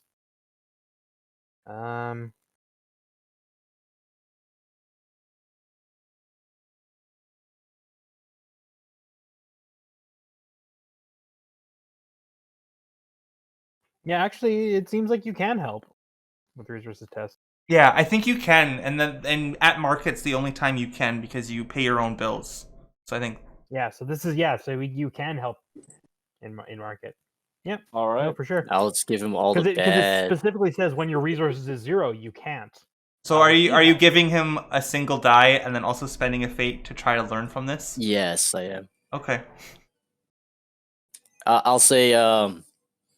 Wait, what are you trying to buy? Horses. I'm trying to buy an ox, a cart, and a horse. And I would help, but there's no reason for me to get resources. I just say don't let them cheat you. Look at their history eyes. Of my character is anything to go by. Those won't be any trouble coming by. I'll be like, if they're all twitchy, don't trust him. Look at his eyes. Why? That's what I'm saying. Who's helping? No, I could help you out in this situation, I think. All right. Are you gonna just show me how to purchase in style? Yeah. Oh, I'm gonna stand there and pose, and I'm going to make them uncomfortable because I'm gorgeous, and that anything you say, like I'm like they'll look at me, and then I'll look at them, and then look at you, then look at me, and then look at their own feet, and they'll look at you, and then they'll see me kind of in the background, and then they'll look at me, and I'll look at them, and I'll smile, and then look at you. Elfwin, why are you not helping? I guess it doesn't matter. Because I don't really need the fail. I see. But you don't. I want this to pass, not to fail. Anyway, okay. It's still vanishingly unlikely. It's pretty unlikely. With 15 dice, it becomes still quite unlikely. All right, 6 successes. I got 2 6s I can reroll. That's not happening. Okay, that's a take fail. the fail. Take the fail. Okay, so since Roman, you spent the fate before, you can mark that you succeeded, advanced. You can only advance resources once per visit in the market. At the end of it, right? I think it advances now, but you can't advance it in this town phase again. Like you can mark. You only advance the resources once per town. Wait, you can mark advancement, but you can't advance the rating. That's what I want to say. Okay. Oh, yeah. I'll just do it after then. Mark it. Well, I'll just click the up, right? Boop. You're not going to get 3 passes and 2 fails in this one visit to market. The rule's only there so that you can't get 2 passes when your resource is at 0. Then goes to 1. You only need single pass, and then you can get up to 2. So it's just to make it harder at the earlier. Oh, so you can mark 2 resources tests in one town phase? Yeah, you just can't advance. Oh, you just can't advance it. The rating. Yeah. Okay, fair enough. Okay. All right, so you managed to, argue and be like, look at the cost of this fancy statue. Oh wait, you're a shrewd appraiser. Are you going to spend a persona? Don't do it. I just want to point out that as this is all happening, I'm standing in a way as to accentuate my flare and possibly my groin. So you're a shrewd appraiser, so you can spend a persona to roll all failed dice. Ooh. With a persona all point. The failed and all the passed dice. And all the 6s, I mean, with but you can reroll all your failed dice and possibly generate more 6s. Mm. Do you go for it? That's do you screw? Dice. You screw Roman over. I don't think I can make it. I need 5 more dice. Well, and I can only one- roll 3. Well, no, you'd So I would- you'd be rolling all your failed dice. So that's Yeah. 1, 2, Right. 3, 4, 5. 5, 6, 7, 8 dice. Is that right? Oh, that's. Oh, not just the ones. Yeah, you'd be rolling all the failed dice, and then you would generate probably more 6s, and then you would be able to reroll with another fate, reroll all the 6s plus the new ones you generate. So that's 5 dice plus 2. That's 7 dice, and you only need. That's like 7 on 5 now, essentially. It's That's getting still closer. Kind of unlikely. But now you can, but the chance of maybe being 8 on 5 because you might generate new 6s, or 8 or 9 on 5. So, your choice. I don't think it's likely enough. But you It's still aren't you pretty aggressive? No, joking. Aren't you a shrewd appraisal though? Uh, Don't you want to spend fate and persona? Come on. It's true. I did say that I will haggle aggressively. You know what? You're right. When you're right, you're right. Fuck it. So you're gonna spend a persona to reroll Yep. your failed dice. So I'm gonna go down to 1. You mark that you spent a persona on shrewd appraisal wise. What fact were you that made you and your total Appraisal. And you know what? If I fail, then I get a fail check. Or no, are these just for per session thing? for the persona? Yeah. It's just the total spent. You just mark that you spent it. It's to Right, level but up your under character. Wises, I have like little Yeah. X's. If you Oh. fail, you get a fail. No, you don't fail. You fail if you helped someone and they fail. Don't mark the pass or fail unless you help Oh, someone there we go. with an aid. But are these meant to stay on there, or are they just per session? They stay on there. When they total up, you get a free pass or fail in a relevant skill, or you get to change your wise, which is usually less. When do you check the fate on there? When you spend a fate. So when you spend a fate by using, because you spent a persona to reroll all failed, but you could have chosen to spend a fate to reroll just a single failed dice. Oh, I see. Okay. Well, I already had the persona one apparently. So I know I marked it or just now. Oh, you marked it. Okay. Yeah, and I. All right. So now I have to roll another, or can this be done automatically, or No. do I have to no, roll? so you'll re-roll 8 dice. d6. 1, 2, 3, 4, 5, 6. It's 8 because he had 6 successes on 14. And you only gained 1 more, so now you have 7. Unfortunately. Wow, that was a very poor roll. That is terrible. And no 6s to re-roll. No, so Okay, so it's still Well, impossible. you have 2 6s to re-roll. Yeah, you still have the old 6s, so you could still spend the fate to try to generate more 6s and pass. All right, I said I would haggle aggressively, so I'm still haggling.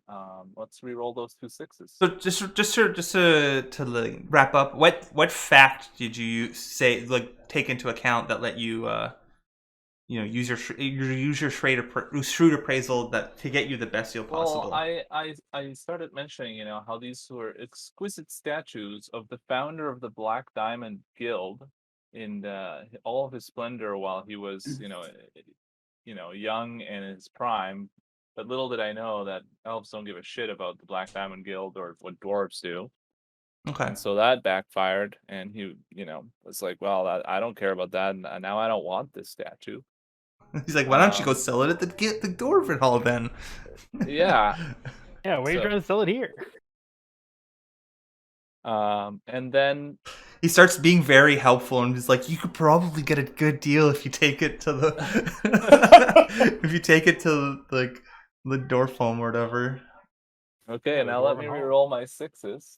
The Dwarven Halls where the founder now lives. Little does the elf know, if he tried taking the statue of this known criminal to the Dwarven Halls, they'd probably lynch him. Okay, so I'm rolling my 6s. Let's so 2d6. Okay, so now you have 8 out of 11. So close, but not quite. All right. Not even close. All right, and so now what I do is I start telling them about the materials of this, how it's made of this amazing, mineral that's only found in the northern caves of the Dwarven Halls. But again, elves really don't care about minerals; they care about nature, and so he doesn't want it. Yeah, he's like, yeah, whatever, and he wants it, he takes it, right? All your goods go away, Yeah. but it's you don't curry any favor with him. He's not happy about this. So I think you can mark that you spent a fate just now. So. It's like, what's this elven weeaboo doing? So I think I already took your persona away, and I took your fate just now. So now you have total 4 spent and 2 spent. So you need to spend 1 more fate, and then you can level to level 2 once you go back to a different town, not this town. All right, that's cool. I think that's all the market stuff. Now we do non-market stuff. So what happens if you fail? What do you mean? You get robbed. Fail what? Like what happens? I failed this roll, so what? So like mechanically, you failed this roll, and so I would subtract your resource rating by the margin of failure. So the margin of failure was 8, 8 minus or 11 minus 8, so it's 3. So I'd be like, oh, your resource goes to 0, but you're like, wait a minute, I spent treasure, so I'm insulated. And I'd be like, how much treasure did you spend? And you're like, I spent 11 dice of treasure. And I was like, okay, so you could be insulated up to 11, and then we count the number of dice, and so you still have like insulation of like 7, or not 7, 8 or something. I don't know. And it's like, okay, so really, truly, nothing happens. Yeah, Exactly. So he takes your like, thing. Resources. It's a bit different from all other stats in that like you either want to fail as hard as possible by spending all like right up to the amount of treasure you have, or if you want to succeed, you should only spend half of as much treasure as you have. I think I just realized you could spend up to the amount that you're expecting you will fail by. So that's also true, yeah. So you could have bought more stuff, and because you still have like 8 insulation left over. Yeah. No, that's a good point, actually. You could just do a little bit of statistics with the law of large numbers to be like, I'm 80% sure I won't get taxed. The problem is that the dice roller simulator you linked to us, Sean, it only goes up to ob 10, so it's difficult to calculate these higher rolls. Yeah, well, I don't know. Write your own program, okay? I mean, I wish I could. I wish that was a skill I cultivated in my life. I mean, I could extend the Excel sheet, but it doesn't have any of the +6s involved. It's fine. Whenever somebody comes to me for career advice, I just tell them to learn to code, but I use the same tone I would as if I was telling him to get a room. All right, so you'd mark a fail if you didn't, but you got your stuff. You're not taxed because that's what happens. Think right? Yes. Yep.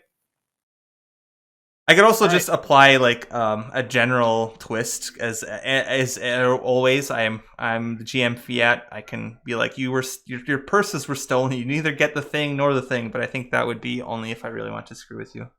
But I don't feel like that right now. You could be kind of funny. Well, maybe. I mean, he wouldn't do it unless he had a good reason. Yeah, I mean, if you're like trying to do it at the Thieves Guild, maybe because there's thieves about. But what's a reason but an excuse for premeditation?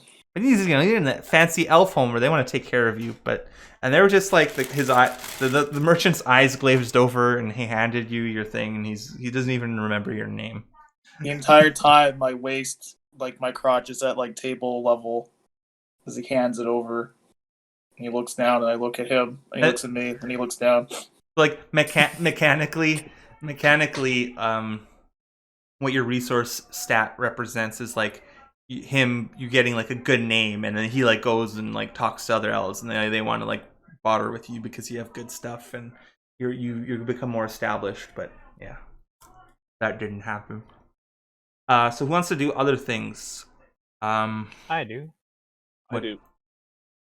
What do you want to do, Elfwin? Well, I was thinking like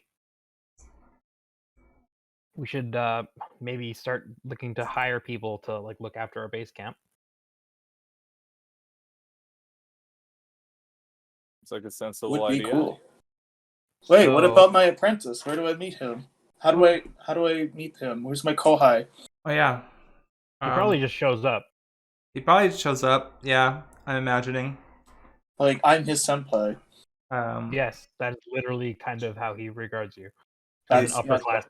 Yeah, so he's the kohai to my senpai. I like this. I think having him as like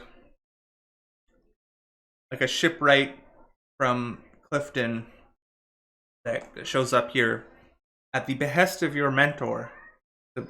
He's like, you're a competent wizard out and about. Here, go adventure with this boy that has some magical aptitude. He'll be somewhere between the ages of, I don't know, we'll say 14 to 17. How old are you actually?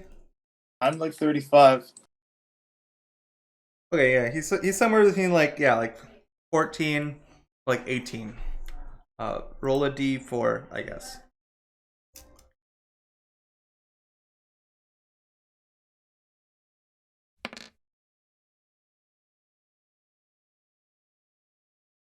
He is 16, I think. 16, trying to find his way. He's starting a part-time job. He's gotta learn to spell so fast. I'll stop. So we'll Is that the 16 show? Yes. Thank you.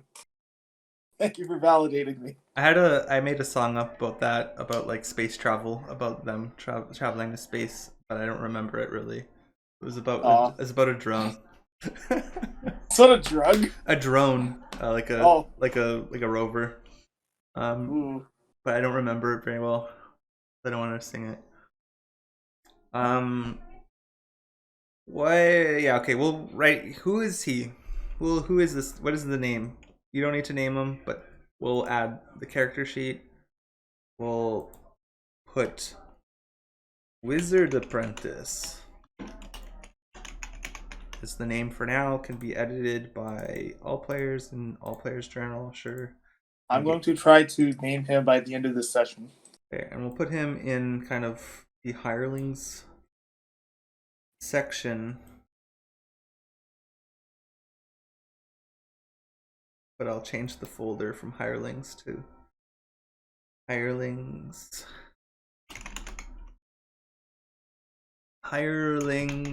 and allies, maybe. Yeah, that sounds. Yeah, that's fine. Okay, hirelings and allies, and I put a wizard apprentice in there.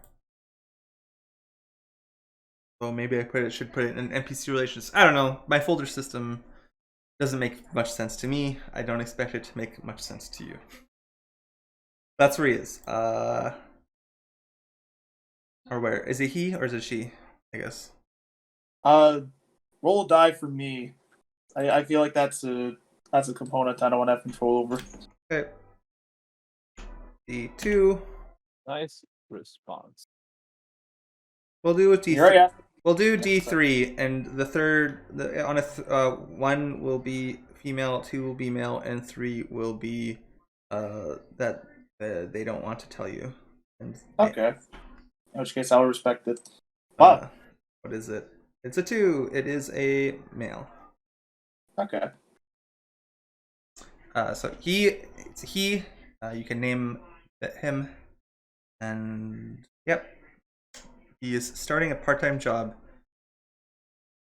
as wizard apprentice.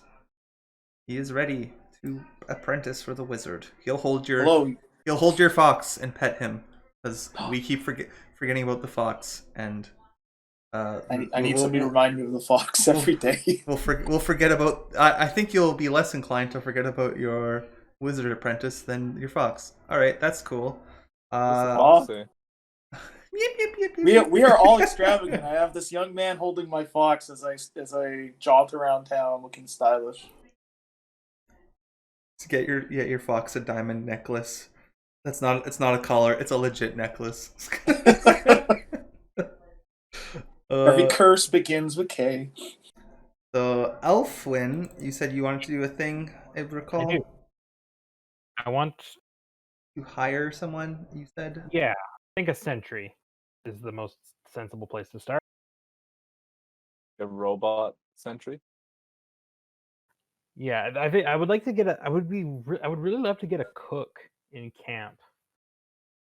Because they're really useful. But the only way to get them to be like, you need to have like, that's actually something else I wanted to ask you guys. Like, who are your friends and parents? What skills do they have? Because that will be relevant in our base camp. Come live in my hobo camp. Well, that's the thing. Unfortunately, like I looked at mine, none of my friends or parents have any useful skills. Well, that's not true. My parents have the healer skill, so eventually I'm thinking of shipping them out there. Wow. We're building a town here, guys. Come on. We're building Waco. Sorry, no, my mentor. Oh, no, sorry, yeah, my mentor is healer, which is the only thing that's useful. But your mentor won't leave because they've got their own shit to do. So my parents nor my friend, neither of them can move to to the town because neither of them have a skill that actually does anything. Well, what skill does your friend have? Well, because of like he has mentor. Your friend has mentor? It's the only one left because your friend has one of your hometown skills. Yeah, but it doesn't have to have the other one.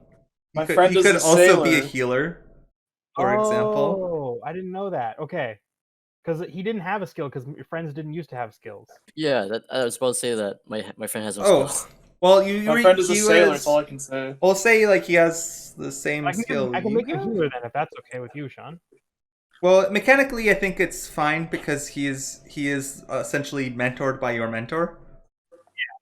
Yeah, he's the son of my mentor. I made that. That's arbitrary, but that's what I decided. Okay, so yeah, I'll give him healer. That way I can invite him and he can be a healer.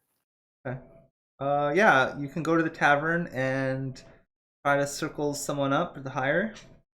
Yeah, I'd like like I said, a sentry. So he's just ob 1 or like cost of living 1. But yeah, I'd really like a cook because then we can get a trapper, and then a trapper and a cook can feed themselves and one other person for like without us having to do anything indefinitely. So that's cool. Hell yeah! Sorry. So you're going to the tavern. You're going to try to hire a sentry. This is going to be looks like a circle test. Ob 2. Okay.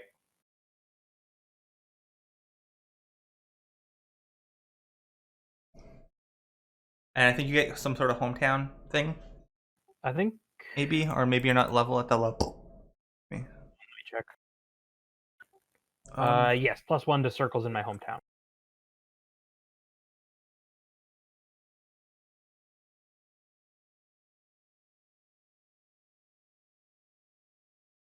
Okay.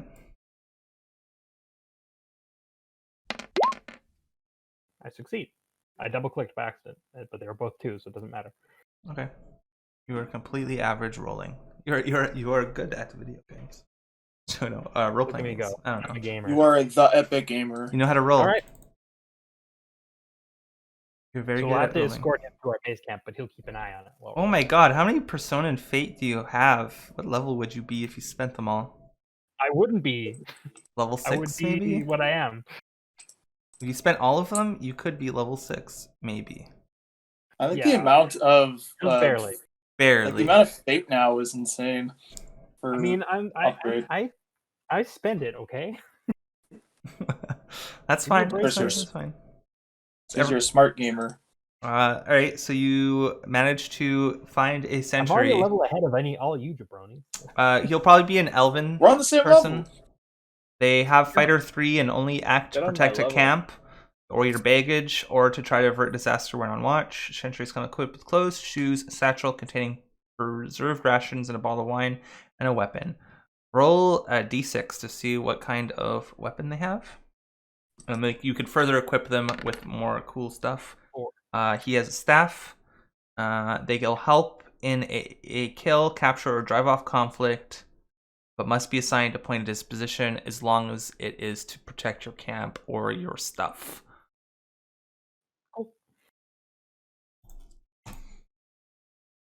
That's cool. A sentry increases your cost of living by 2. Yep. Excellent. That was cool.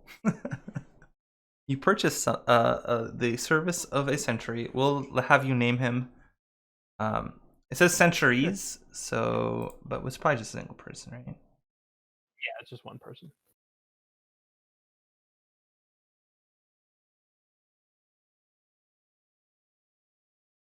Yeah, okay, yeah. It's a single person nowadays because I think in the original book you'd hire 2 porters and Torchbearer 1. If you bought porters, it'd be 2. Since you have to feed them, I prefer to only have 1. Yeah, and I think nowadays, yeah, it's just 1. Okay, cool. You hired a sentry. Excellent. What is the thing? So who wants to do what now? I want to look for Claflin. All right, looking for someone specific. That sounds like it's a thing you do in town. Circles test. Called finding someone, and it is a circles test. There are the adventurer, townsfolk, priest or holiday officer, government official, or ruling class. We never really talked about your character. I kind of had an idea that they were like a government official, kind of like part of an elven envoy to the Crossroads Keep. I guess probably years ago, probably like 20 to 25 years ago, right before the whole elven stuff like closed down. But what is your take? I think either he's going to be an elven envoy or he's going to be like an elven adventurer. Look, all that Ardor knows is that he has 6 fingers and he was wearing a glove with 6 fingers. And he was too young to remember much else. And he goes by the nickname Indigo Montoya. Are you serious? All right. Well, obviously he's a government official then, part of the ruling class. If you could go that backstory. He's definitely bad attitude. It's like finding someone in the settlement. If the characters want to search for a specific person in the settlement, make a circle test using the appropriate factors. The attitude, willing to listen, willing to help for a price, loyal to your cause. None of those. He is in fact none of those. He is your enemy. So I don't know. He's definitely higher level than you because that's how enemies work in this game. They're always one higher level than you. So roll your. It's gonna be Ob 6. Circles test. Go for it. Jesus. Well, I'm gonna tap my nature here. Avenging grudges.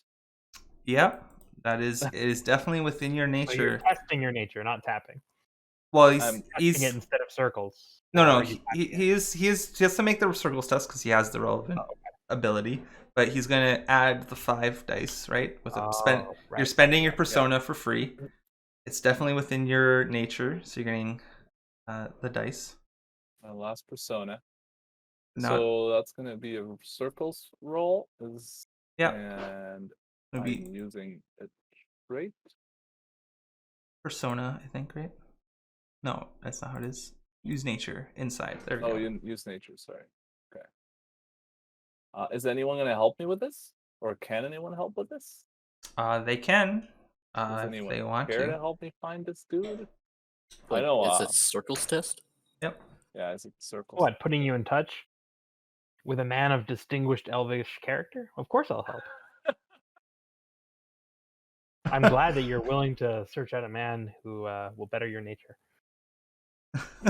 I will also help. Oh my god. This is going to increase your cost of living by 1. And then fighting him is probably going to count as personal business. Increase your cost of living by 1 if you find him and fight him. Or, I guess, argue with him. Well, let's so we got help from 2 people so far. 2? Okay. we just want to see you murder this ruling elven government official. Corbusier, are you staying out of this one? Oh, it's Corbusier AFK. He's teaching his fox. Oh, sorry, I had mute on because I was, my mouse is being very loud. Sorry, I was talking this whole time. I feel like an ass. Yes, I'll help. Oh, okay. Oh, good. Excellent. All right. I'm here to help. Well, As they now say in my we- hometown. So Here to help. 50-50 chance here. Well, probably slightly more than 50-50, but yeah. Yeah, if I explode 6s, if I get any 6s. Wait, I can't guess think we of explain anything how we else help. I can do. I don't know. You help look, I guess. I don't know. You don't really need to I don't know. explain too much with I town lift stuff. up the carpet and scream hello, and if I don't hear anything, I put it back down. I just imagine him opening the door. Hello, closing the door, lifting open the like a lid of a barrel, looking inside. Hello, then putting it back down. Yes, that's what I'm doing. All right. Yeah, I can't think of anything else, so there we go. Thank you for entertaining my Looney Tunes logic. You can't really use traits or anything here, right? I mean, you could if you want to narrate how that helps you. Should have a Yeah, you specific. Yeah. Hmm. Should use an instinct. Like I have to find him no matter what instinct. I mean, I mean, doesn't matter. You already use an instinct. You can only use it once, really. That's the true. only trait I think could like moderately help is fiery, but nah, I don't think so. I don't think that makes sense. Well, you could be spicy. Like you can show some ankle Yeah, to get the info you need. I don't think it. Show them the twins. Show both ankles. So we're gonna just take a chance here. Hey. Oh my Wow. god. Oof. Damn, I'm Daniel. gonna spend a fate to learn from this. Me too. You first to say that beforehand. What?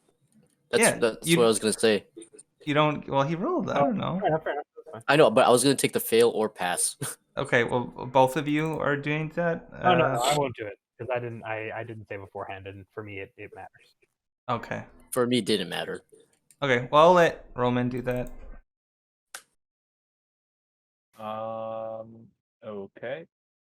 That's a circle's pass. Okay, so where is this guy? He is. You've learned that he is conducting his business, and is a royal, not royal, Real pain semi-royal. in the ass. He's part of the Elven Council. Why not? This is you like approach, the Elven Council is holding council, and there's you've come there with Elf Win, who's like, yeah, like I want to find this person. He's like, oh, you know the Elven Council too. I want to help you find them because we should talk to people and get their help. And yeah, he like the probably like the Elven Council is probably some in some sort of building that's fancy but not too crazy. Probably like a giant circle garden. Imagine Pink. I'm imagining like like that scene of like the Fellowship where they're talking on the outside of the garden, something like that, but like off somewhere. Like there's probably like a little like waterfall in the background, and like you approach and the council is convened, and there's probably like other ruling people and like guards and stuff about, because it's like a government building. And the waterfall's full of Gatorade. Yeah, and he kind of like looks at Elfwin and like smiles because he has heard about like the return of the Rangers and stuff, and sees the bow. I like British my like silver seal belt buckle and be like, yep. Yeah, he's like, oh yeah, so of course the gate is opened and they've just been talking about that. And then he looks at our door, and he kind of like his slight smile kind of just like flattens out and kind of turns into like a sneer. A little bit of like a sneer. So what did you say? Said Clafland Elmengrad, you killed my father. Prepare to die. Are you entering in a kill conflict with them? Well, yes. And like probably a few like sentries, like pull their weapons, and they're like, like we'll defend, like jumped off you, and he's like, he holds up his hand, he's like, no. I will, and he like thinks about it for a moment. enlighten you of the reasons why. And then, if you still want to duel, I'll duel you.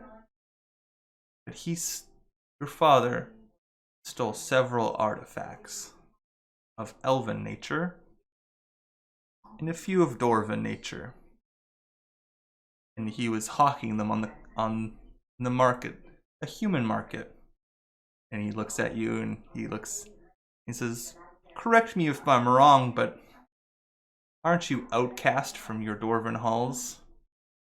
You ever wonder why? It wasn't my doing, and it surely wasn't your doing of failing to swear of revenge, because as it was known, the elves have locked themselves away. He kind of looks down his nose at you a little. He's like, so whose fault was it? And why did I? And he like waits a moment to see if you say anything. Why would an elf get to enact justice in dwarven matters? Do elves kill thieves here? No. Is that what you do? I look at the rest of the council when an elf takes an apple from a stand, or when they steal. No, I thought you were more civilized than that. I am, but dwarven pride gets the best of them, and he kind of sneers at you. Being called a thief doesn't sit well with some dwarves, even if it rings true. And he kind of snickers a little bit because he clearly thinks has swayed you against him. And I'm like nodding at everything he's saying. I'm like, that's a good point. You know, you can't convince dwarves of anything. He's like, like if you want to be mad, they're just gonna be mad. None of this takes away the fact that you killed my parents. He says, once you kill one dwarf, another dwarf inevitably swears vengeance, and when you're accosted, you have to defend yourself. And he kind of looks at you, and he kind of sighs, and he already motions over, and someone brings him a sword because he's like, of course I'm never gonna convince you. he kind of he takes your view of never trust an elf to be you can always trust a dwarf to be stupid sort of thing. Well, on that one you're right. You're not going to convince me otherwise. And he says, of course. And he looks and he's like, I'm assuming this will be a personal matter. He looks at Elfwin and the people around you because everyone helped to find you. And then that's not up to me. But this was not my idea. Had I known of your intentions, and I kind of glance over at Arter, I'm not entirely sure I would have sanctioned this, but honor being is, I will not stand in the way of either of you. I mean, and he someone brings a sword and he puts it aside and he says, "Are we doing this now, or are we doing a formal duel at dawn, or whatever dwarves do?" And he kind of was like, "I don't know, what do you want from me?" sort of thing. Now we'll be fine. Dawn. And I take out my axe. Okay. Is anyone else fighting them? Because the guards might stay out of a duel at the behest of Elmenkrad or the elf. But if I'm obviously not getting involved. Being accosted, the several guards would probably join in. Nope, it's all you, Ordor. If we gank this guy, then the guards are definitely gonna have something to say about it. But if it's a duel, they'll probably leave us out of it. Mm-hmm. Makes sense. It's also clear to you that when he looked at you and was glad, he's definitely an ally. To Elfwin's cause. Definitely clear to Elfwin that was the case. Yeah, I'm not exactly a huge fan of this, but like I said, I'm not standing in the way of either of you. All right. He's obviously a level above you. That doesn't mean much when you're level 0 or 1 or whatever.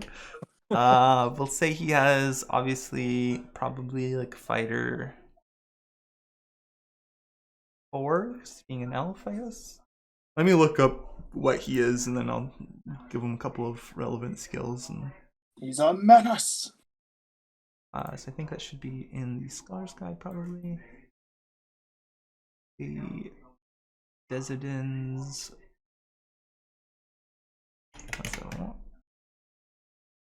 One. Desidens. He's not a disturbed spirit. He's not a ghoul. He's not a troll bat. Ah, there we go. The beasts with 2 legs. What? That's that's the name of the section that has the NPCs. Seriously, it's called Beast with 2 legs? Yeah. That's funny. It means they're masturbating. Yeah, noble, maybe. Is he a steward? Maybe a steward. I don't know. Wanderer, no. Okay, a noble, maybe. Let's see what the noble does. Sure. I feel like noble fits him. His description. He's like an elven noble, some type. Okay. Yep, that's fine. Okay. This is definitely a kill conflict. So failing, you could die. Is that fine with you? Yep. I mean, this has been. Of course, if I win a compromise of some sort, I might be like, he is left mortally wounded. Of course, is probably on the table. And same for you. He might leave you mortally wounded with the words of that. It was your being beat nearly to death by your worst enemy is pretty narratively interesting, honestly. Yeah. Either way could be cool. Of course, they would. Yeah, if you win without any compromise, feel free to completely murder them. I like how nobles have a skill called Poppin' J at 5. What is Poppin' J? I don't know. Probably acting haughty. It's like, oh, it's not like Papa J sounds like a pizza. Just imagine Corbusiers. What is that? I want that skill. I'm nervous because I have no persona left for this encounter. Yeah, you're dead. You will die. Maybe. Who knows? We'll find out. Possible. Well, I have fate points, but no persona. I had to. I had to haggle aggressively, and so. All right. So in a kill conflict, you roll fighter and then add it to your will stat. Or what? Or add it to your health stat. Sorry, for your disposition. So rolling disposition.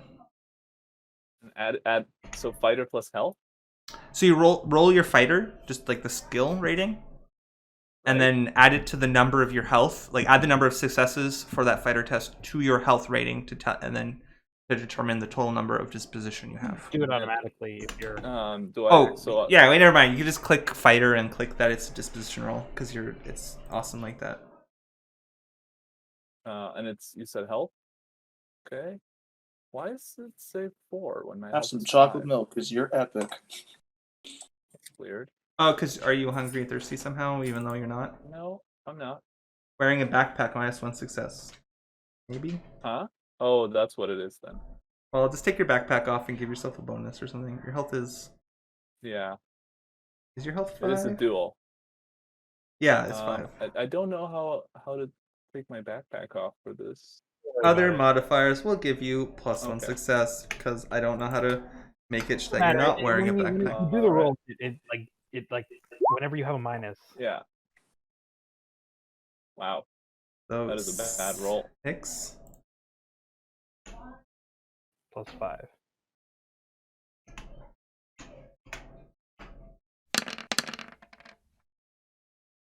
1, 2, 3 plus 6, so 9. Ha. So 6 to 9. Nice. It's not looking good. Yeah, good tactics can and a bit of luck can go a long way in a conflict. Bad roll.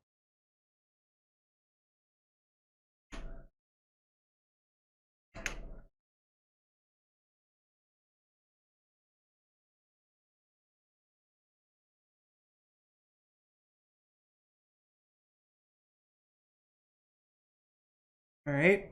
Can you move those disposition around? What do you mean? like little. Or wait, are you on the same page as me? Yes. Yeah, Yep. I am. I can move them. You can move the little like horses around. Yep. Good. And you have 6, Do right? you 1, need 2, me 3, to 4. move them though? When you lose points, I don't know. I could do it. I'll probably do it automatically, but in case you want to do it, and I'm doing other things. All right, so I'm equipping my sword, and yep, I'm going to use my cards. So I have to choose between my axe and my shield. Yes. So you either get Why? Aren't they both single-handed? Yeah, but That's it's weird. like, do you assume a defensive posture, Oh, I deflecting see. his blows, or do you assume like a more aggressive stance and try to hack? And if he like brings down his weapon, do you try to like knock it aside with your axe and attack? You know, you decide for like 3 actions, which is not that many actions, but also it could be a lot of time. I don't know. It's the time is relative. Well, it's gonna be the sword because I'm trying to kill him. You mean your axe? My axe. Sorry, yeah. Okay, I'm just gonna lay my cards down and then you lay your cards down. So, boop.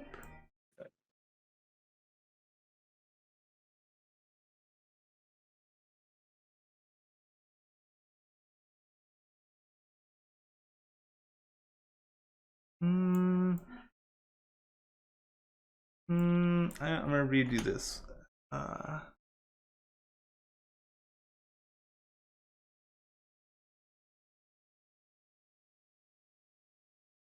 There we go. There we go. Change the things.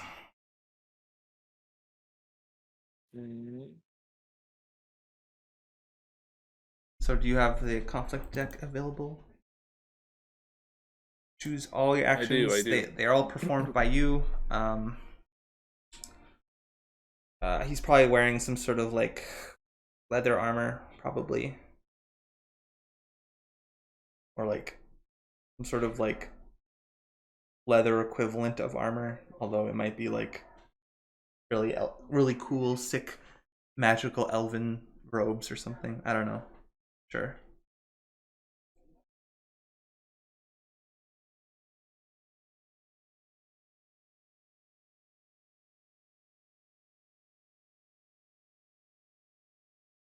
Give me a second here.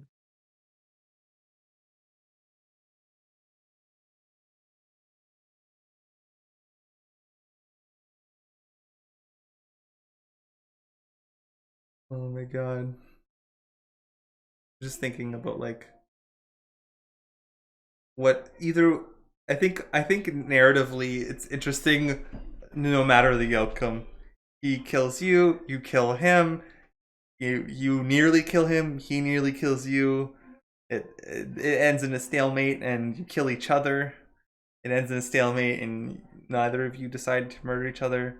Additionally, I think I'm going to offer the lore master has like a few other things where you could give up and be like at their mercy. We'll let that be a thing too. So if you think that you're gonna completely die, you can give up. Okay, we'll do that. All right, let us flip cards. I am attacking. Wow. I expect that. How do I flip this? Flip. Oh, Ooh, indeed. The feint. Okay. So what happens on an attack versus a feint? His attack goes right through. So what were you planning on doing with the feint? Just to get to kind of narrative grease. I expected him to do some shenanigans at the beginning, because he was gonna, he's an elf, and so he's all high and mighty, and he was gonna try and, mock me. And so I was gonna feint an attack. So I was, pretending to go all for it, but then, didn't actually go and recklessly charge. Being a expert swordsman, he simply sidesteps your charge, you don't charge, and he like gives like a little thrust to try to get to like poke you. I'm rolling 4 dice, and it goes through. I think it's greater than 4 is the syntax. Let's see if that is correct. 2 successes. Yeah, the math looks weird, but that's just the syntax. So I get 2 points of disposition. Do you currently have a helmet that is in good condition or a bad condition? Or you don't have a helmet because you have a shield? I don't have a helmet. No. You have. I have a leather armor. You have a leather armor. Yeah. Also, of course, I'm counting him as being at your level of might, even though he's not an adventurer. He used to be an adventurer before he took an arrow to the knee. All right, so roll that one point of dice in order to. It's 1d6. Yeah. I think on 4, 5, 6, you reduce the disposition by 1.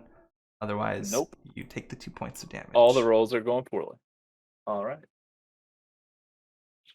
Hey, flip the next card. Okay. Having hit you, having scratched you or whatever, like along like your I don't know, you poke through your armor a little bit, and now there's like a little bit of a red poke coming down. He like gets into like a defensive posture and like takes a step back, and he kind of like smirks at like scoring like an easy hit.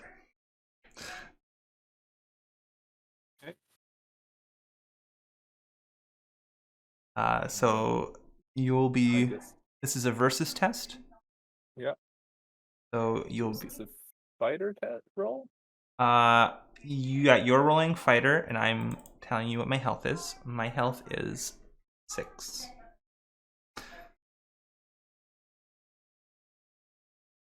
So this is an independent test? No, versus. So the margin of success will determine the outcome. So you need to beat him in order to actually hit him. Oh, then it's impossible. He's rolling 6 dice. You're rolling 4. So if he rolls lower than you, I see. Okay. I think given tie. So it's a tie. So you. No. Yeah, go ahead. We roll off then. Right? How does this work? How does rolling? Usually you'll go, okay, it's a tie. We'll go to the ability, but I already rolled my ability. Oh, I roll my nature, I think is what it is, and you roll your health, I think, because it's a tie. Why my health? Because fighter is a health ability. Yeah. Okay. So sure, I will roll my health. Okay. I'm giving myself a little bit more nature than the noble, just because I'm a haughty elf. But I'm only giving myself 4 nature. 4. Okay. So, do you want me to roll both? Yeah, you'll just click roll, and then it'll be effect. So I win then. Wow, you rolled all 4. What the fuck? Cool. So what was he was assumed a defensive position. What did you do during this attack? Well, since he got all up and close to me, I went to swipe at him with my axe down low at the legs. He was expecting this of a dwarf and kind of hit your axe with his handle as he like backed up too at the same time, so that he was able to like you narrowly miss him, and he kind of smirks and he says, "Just like your father." Oh wow! Yeah. Okay. And I'm fainting. What are you doing? Are you defending? I was hoping you would. I am, in fact, defending. He saw through you. So a feint is fighter, so I'm rolling 4 dice. So I'll roll 4 dice. So he was expecting you to enter a more defensive position. So he like does a quick flourish and tries to like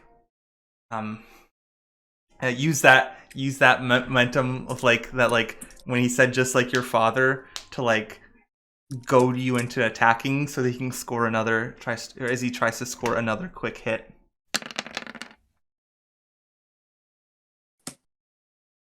Which can you roll to do the 2 points again for your armor?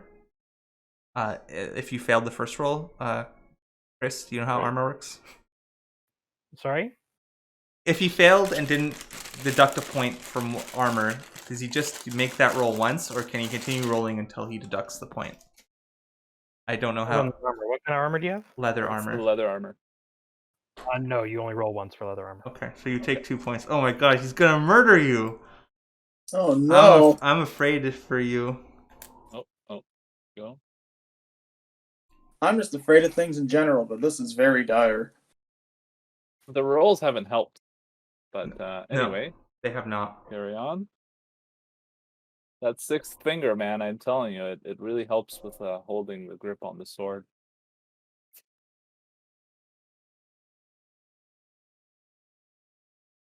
Okay.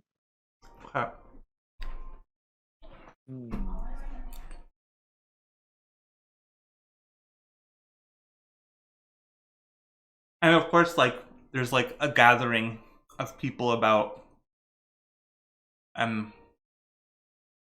Some of the guards are like, "Oh my god, really got the dwarf like on the ropes."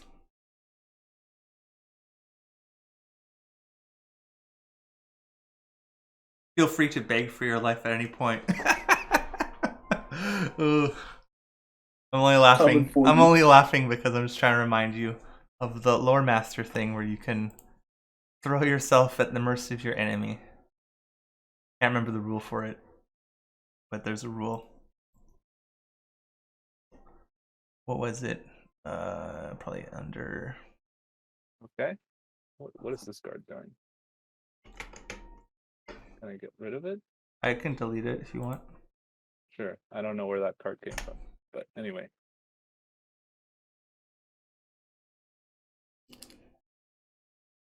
All right. Good to go. All right. I flipped my card. I could. Okay.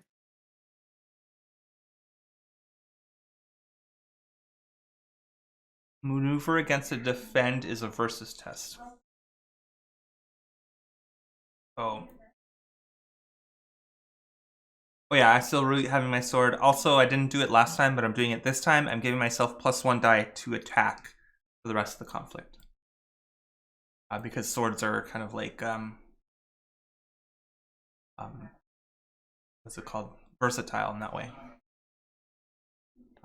So you are rolling a health test, and I'm also rolling health. Okay. It's going to be a versus test. Okay, what do you want me to put for you? So 1 second. There we go. I'll be rolling 6 dice. 6 dice. Okay. Wow. I rolled 0. Wow. Wait, on 6? Why did it roll only 4? I put 6 in there. Yeah, what? 4d6 greater than 4?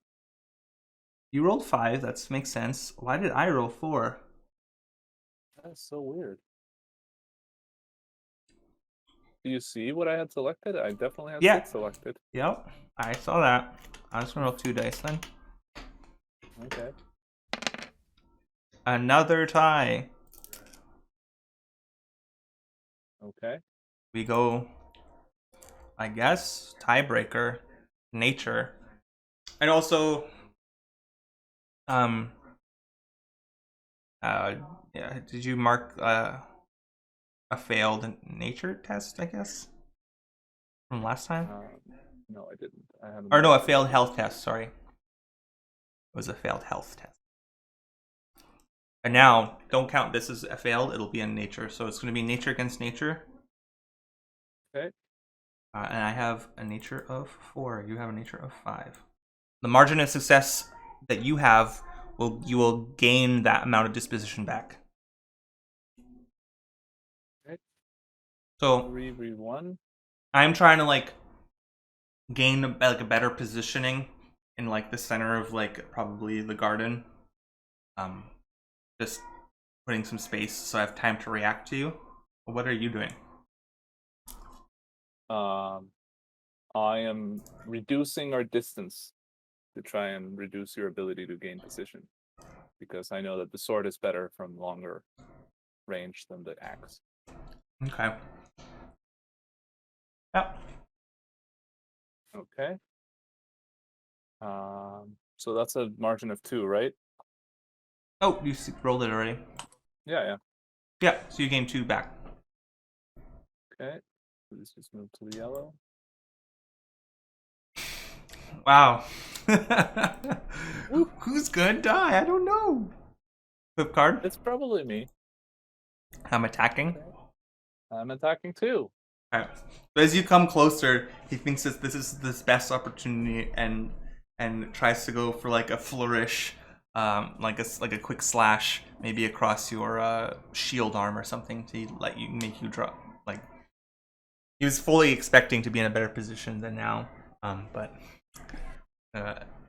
leaving himself open, of course, for your attack. What do you do? I flip around on a 360 to gain momentum with my axe and try and hit him hard on the side, around the hip area. Well, of course, leaving yourself open for attack, but we'll see what happens. I'm rolling 4 dice. Okay. I'm just gonna make this. It's gonna be an independent test versus obstacle 0. So sheer amount of successes will gain you. Oh, so fighter versus fighter? No, I'll be rolling fighter, and I'll be doing direct damage, and you'll be doing direct damage also. But I'm also rolling fighter. Yeah, it's independent. It's an independent test. Okay. It deals direct damage to hit points. There's no interaction. Can I use fate points to explode a 6 here? Of course, feel free. Okay, I'm gonna do that. The first 6 I see in a long time. You only rolled 1? Yep. I'm rolling way better than you. You're rolling a lot better than me. I'm sorry. Oh. That's the nature of dice. So roll your 6 and make a 1d6 exclamation mark. Okay, so you only do 1 point of damage. Okay. Right, and I flip card. 3? Yeah, I rolled 3 successes. Oh, and I'm gonna roll because I'm wearing leather. It may have done no damage to me. It's another attack. You did no damage to me, and I am defending. Wait, why did I do no damage? I'm wearing leather. That was my leather roll. Oh, and of course your leather did work. Okay. Feel free to beg for your life at any time. I can do it for any other fight, but not this one. I can't. It's totally against my character. He can't beg for his life. This guy killed his parents. I feel like I'm gonna win without compromise, and it's gonna be terrible. glib. I know. It's gonna be glib. Anyway. Make your joke, Ardor. Make your joke now. There has never been a more supple opportunity to make a gallows humor joke. Do it. I can't think of anything. I already did. The Indigo Montoya joke. Looks like he haggled for more than he can handle. All right, so this is going to be a versus test. I'm going to be rolling 6 dice with my fancy 6 health. Okay, and what am I rolling for here? Does it also help? You're attacking, so it's going to be fighter. Oh no, it's attack. Sorry, it's a fighter again. Okay. All right. And it's an independent roll? No, this is attack versus versus. So you said 5? So I'll be rolling 6 dice for my health. 6 dice, okay. And I'm rolling 4 for attack. Okay. Yep. Oh, look at that. Oh, why? What is it doing? Oh, I rolled probably nothing. have to press enter or something. I had it open still. I don't know. Maybe. I don't know. Okay, I'll just roll 4 dice or 6 dice for you. I did already. Okay. And 4 I succeed, successes. of course. All right, of course. You've been rolling really well too. I often have like these bouts of like rolling that just completely derails. Randomness is clumpy. That's how it goes. I know, but it's been impressive, and I've rolled impressively weak. Anyway, that's how it goes. All right, I don't know what to do. I know what I'll do. What is there to do? It was a duel to the death.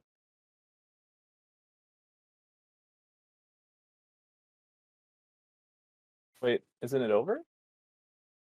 No, you still had 1 point of health. Oh, okay. I defended successfully, right? I was defending. Right.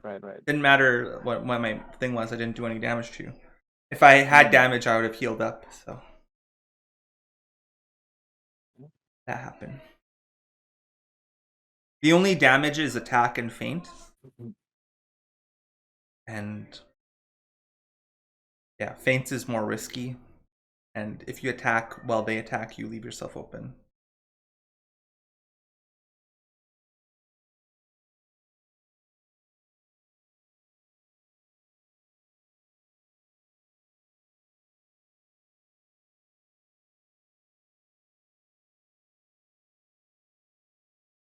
He like circles and he says, "Yield."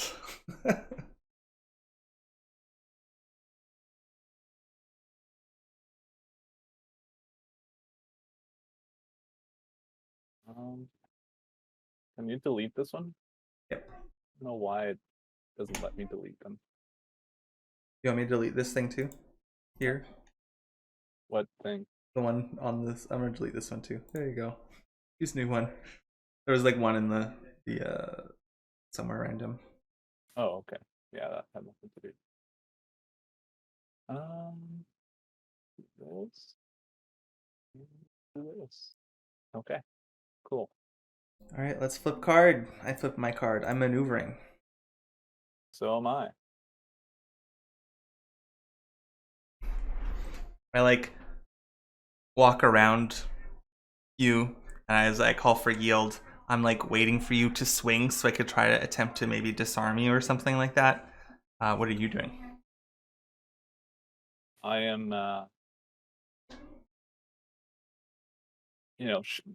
doing that little volley thing where you swing the axe in a circle, in a manner that looks cool, but mostly to try and loosen myself up from all the blows that I've just taken, Okay. and repositioning myself and steadying myself for what may be the end. What is the end but a beginning you're unaware of? Well, so maneuver against maneuver is independent. Okay. So I'll be just rolling 6 dice, and feel free to roll against Ob-Zero. And what kind of roll is it for a maneuver? Independent health test. Health. Okay.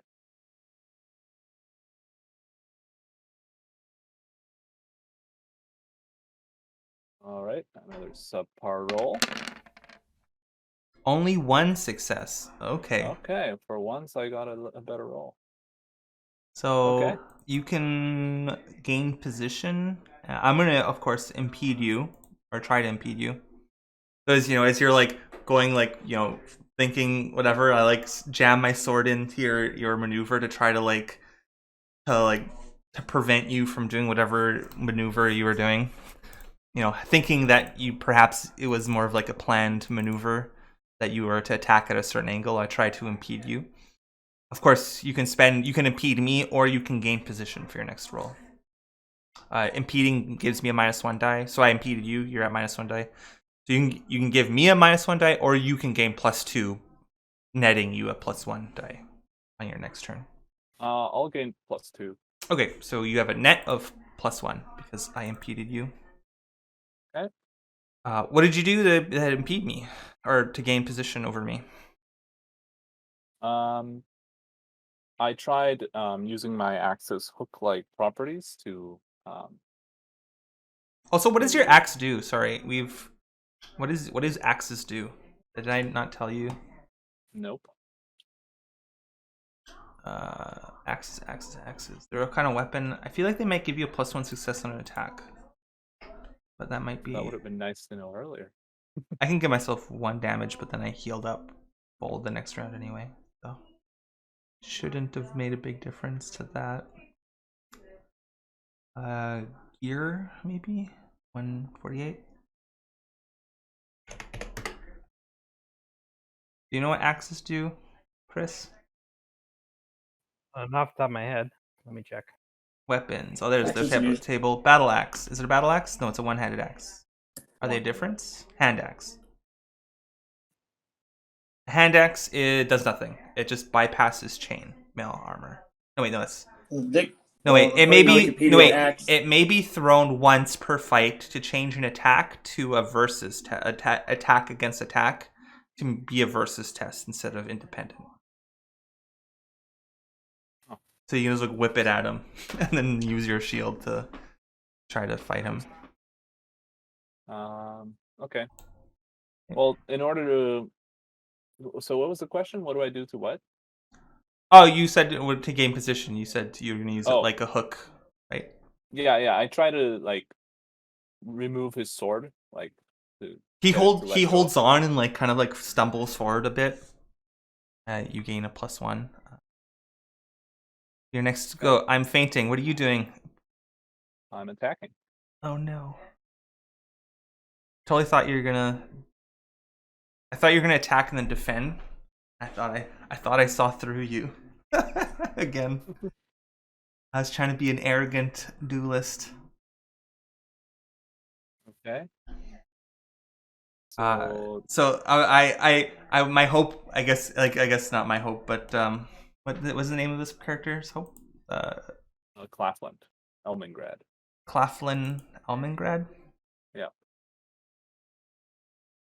Yeah, Claflin was hoping that you would his like stopping your momentum would be able to like do a quick like slice like down your down the shaft of your axe or something like that to like nick your hand, but you like pulled him forward and he like went forward entirely. So make your attack, you gain a +1 to die.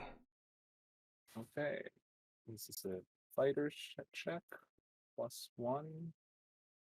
Guess I'll put it in as another modifier. Make the success 0.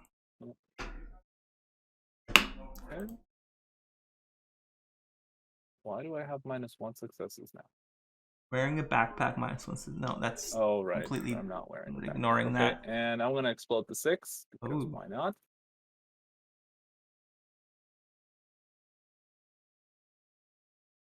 Roll 1d6. And that's a fail on the reroll. So that's a total of 2. Okay. And flip the last card. I'm attacking. I'm defending. Right. You like, slice him a little with your probably somewhere in like the back or like the back hip or something like that, because he was like stumbling forward and he like turns around, he puts his hand on the wound or his left hand on the wound or whatever and faces you, and his cocky smile kind of disappears. Okay. And now I go for a defense with my shield. Bring it up, fully expecting him to get angry and try to attack me after that. Alright, but you're just not with your shield though, of course. What's that? You don't get your shield bonus, of course. Oh, okay, well. Yeah. I guess it's with my axe. So he swings, he gives you like a few flourishes, kind of like a series of blows, because he tries to like land something on you. Mostly just testing your defenses, but hopefully to actually nick you, of course. So you're rolling health, I believe, and I am rolling fighter with 5 dice. With my +1 die from my sword. Okay. So my fighter plus my sword, which is a total of 5 dice. roll from me. So your health check, it's versus. I'm rolling 5. Okay, hopefully that is actually good now and doesn't make me roll 0.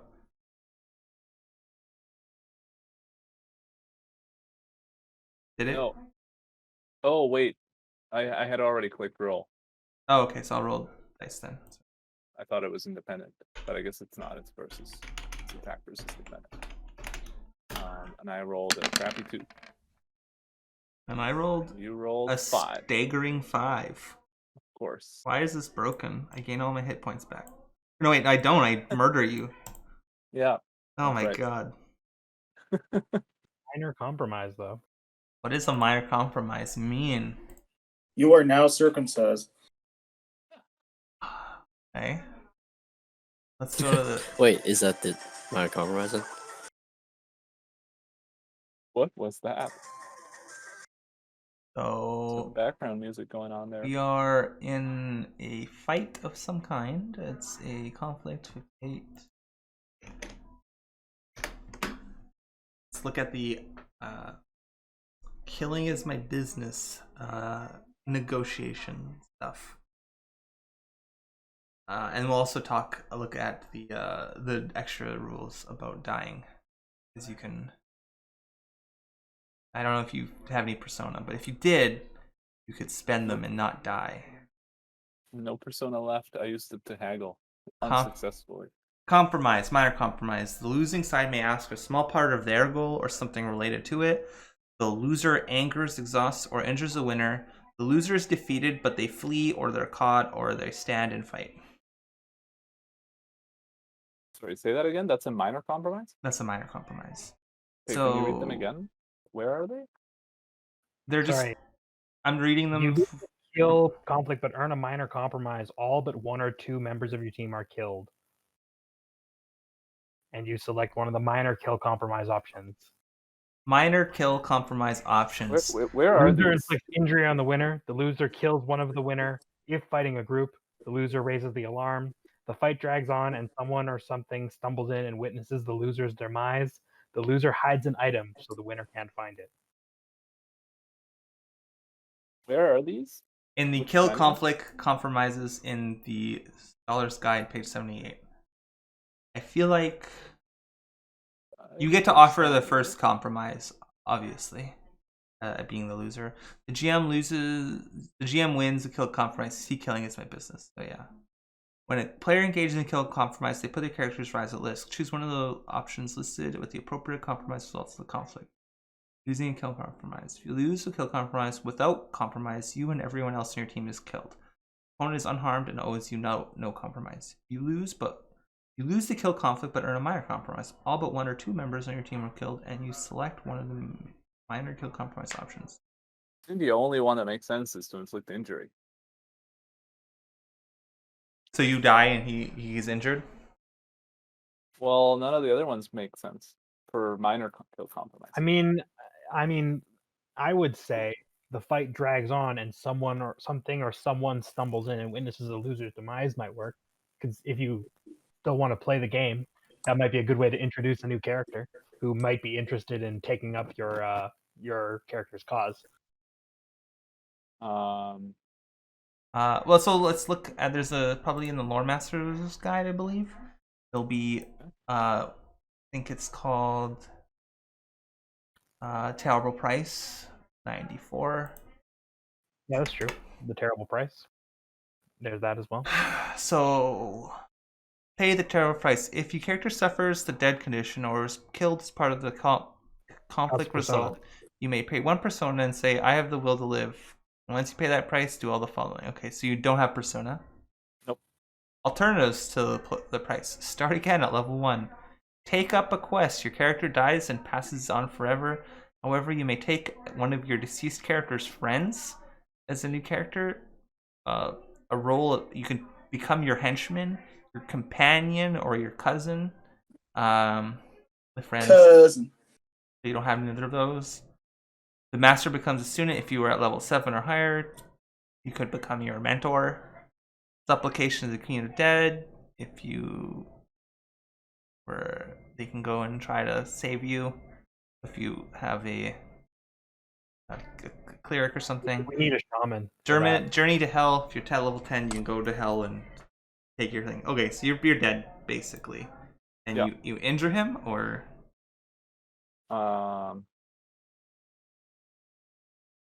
Yeah, I can't think of a good like someone walks in, like who's gonna walk I walk in. into this. What was it? It was the like council. yeah, it was like Oh, what if it's the mayor? Yeah, that's the only other one I can think of that would make sense. If if you had if you wanted someone to see what happened here and feel something about it, and you could use that some.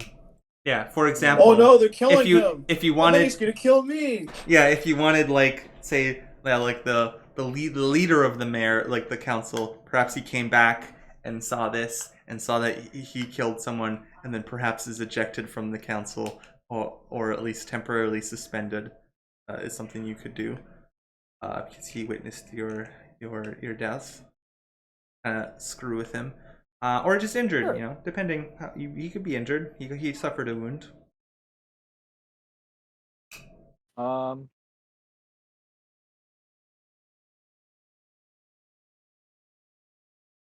Yeah, let's have the leader of the council walk in on this. Oh, Why not? You know who walks in? Your dad. Your dad He walks. was alive the whole time. Yeah, that's the I died for educated nothing. person alive I've ever after- heard. Oh. Oh no. No, yeah, so the fight drags on and someone or something stumbles in and witnesses the loser's demise. Yeah, sure. Yeah, I think, definitely I think, okay, the appropriate coming of what's happening is, definitely the fight drags on, he kills you, but the, leader of the council probably was informed and came rushing in, only in time to see probably the sneering face of the elf, Cloflingrad, or whatever his name is. Elmingrad. Elmingrad, the elf of Elfheim, killing this dwarf in single combat, and as you lay there bleeding out, he says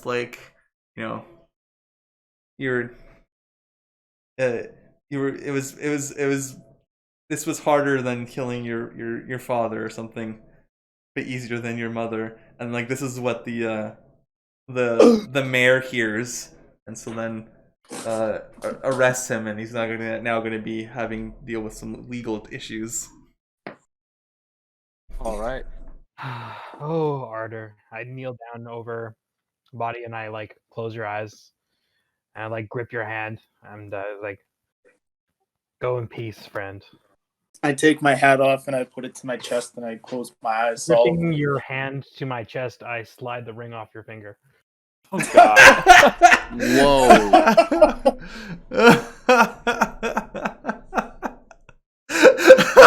Oh my god.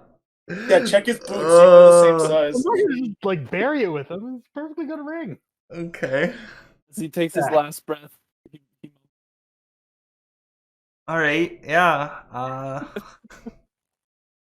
I mean, I feel like I don't want to do anything more in this session. We can still do things in town a little bit later. I agree. I think we should end it, but I do want to talk about one thing. Now that Ardor is dead and he, promised goods to the flophouse and things for his bills, do the money that he didn't spend, does that dissipate or does that return to you? I don't understand. Well, we're at the same flop house, so I can just prop him up and say, this guy's got your money, I guess, and then just generally, lean him against the if register. someone dies, their debts don't I mean, I guess they could come after us for his debt. That would be fine.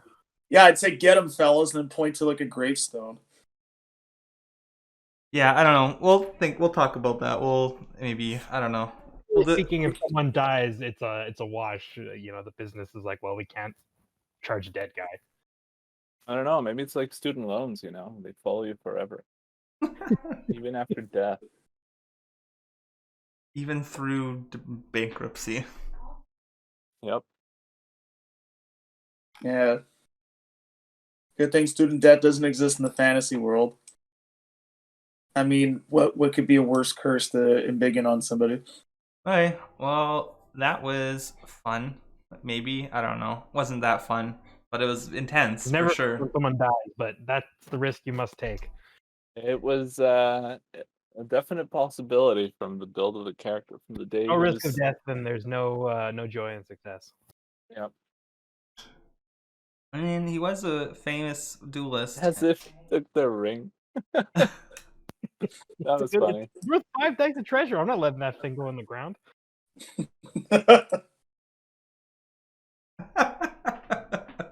All right, let's do the wrap up, I guess, and then we'll do other things later next time, just because it's getting a bit late.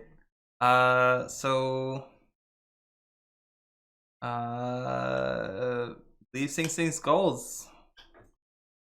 Let's do that first, I guess. So how does this work? Do I bother? Say you're probably exempt. But actually, no, because like you could probably, if the GM was okay with this, add it to another character. Yeah, so there's a thing of like, I don't know. Since we're ending now, I'm not sure if I would want or let you do the terrible price, pay the terrible price if you win Persona. I don't know if you'll actually terrible price. He's fucking dead. Actually win Persona. Yeah, but it's like I pay the terrible price. It's a Persona and stuff. But anyways, you can I think transfer up to 3 in total. Fate or Persona to your next character. I think it's the rule. I think how's this for terrible price? We all Venmo Matthias like some money so he can pour 40 out for Ardor. Terrible for me because those transaction rates are terrible. No, let's not do that. That's terrible. Okay. That's a terrible price that we all don't need to pay. Come on. 14% is too much. Sorry, please go on. So who wants to do their Blazing Skulls? I guess. I'll go first. I will oppose those who act against nature at every turn. Didn't really come up today. Find allies to help me reclaim the forest. That's personal business. Although one of my potential allies just got like ostracized, so that's unfortunate. But maybe I'll be able to convince him to help us out now that he's got nothing better to do. My instinct never tell the truth and a lie will do. Probably meant to be used in commission of that goal, but didn't really get around to it. But that's okay. Right? Maybe next time. Yeah, I mean they'll still probably have at least half a session probably next time. This guy now and make him my new buddy. You were such a great at dispatching that dwarf. Terrible. Yeah, I'm gonna try because, like, no, seriously, like, you know, he's got nothing better to do, maybe, and he's obviously sympathetic to my cause. I mean, he has like legal issues now and probably an investigation. Yeah, well, maybe he wants to get out of town for a while. Many important business meetings he must attend to. Okay, that sounds cool. I think you probably, I don't know, working toward your goal then, maybe? I don't know. You helped someone look for... Town phase. We were doing Ardor's first, so... Did you help Ardor find him because, just because, or because he was I was helping him because he didn't tell me that he was going to kill him. I was but he was a fancy functionary, right? So maybe... True. I mean, and now that he's here, I definitely want to try and get him on side. So okay. We'll say maybe you work toward your goal and give you a fate. I'm fine with that if you are. I think I'm fine with that. Because I remember you saying he is a functionary. On side so that this goal is not just cynically attained. Okay. Who wants to? I guess I can go next. Ardor. Even if it doesn't matter as much, but my belief: I will never trust an elf. Well, validated. Turns out I was right. He was telling the truth from a certain point of view. Just joking. He stole my ring. Oh, the other elf? That's funny. Yeah. Turns out. Yeah. My goal was to find and kill Claflund Elmengrad. Well, I definitely tried, but... That's a work in progress. Work in progress. Yeah. And my instinct was to always haggle aggressively, which I definitely did do. Alright, so you get 3 fate for that. Okay. So you'll probably max out at transferring all of your fate, of like 3 of the fate, probably. Will get transferred over to your next character. Yep. That is unfortunate. I'm excited for your new character. Okay. Roman, think about it. did you do stuff? Everyone Roman, you here? Steve? Oh, hey, sorry, I was muted. Yeah. I'll do it. I believe everyone deserves help. I don't think I really helped anybody. Creed, the rich and powerful deserve nothing from me. Nope. Goal, leave town fresh. You haven't left town yet. So, haggle, haggle, instinct, haggle aggressively. I don't think I passed that. No. Oh wait, you didn't pass that. Ardor. I forgot about that. You did do that, but you failed it. And let me take one of your fate away, but it doesn't matter.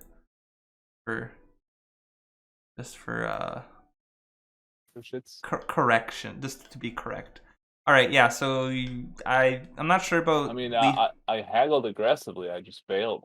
I think the important thing about leaving town fresh is probably paying your bills, and also, I guess, healing up. You did heal up. You'd still have to pay your bills.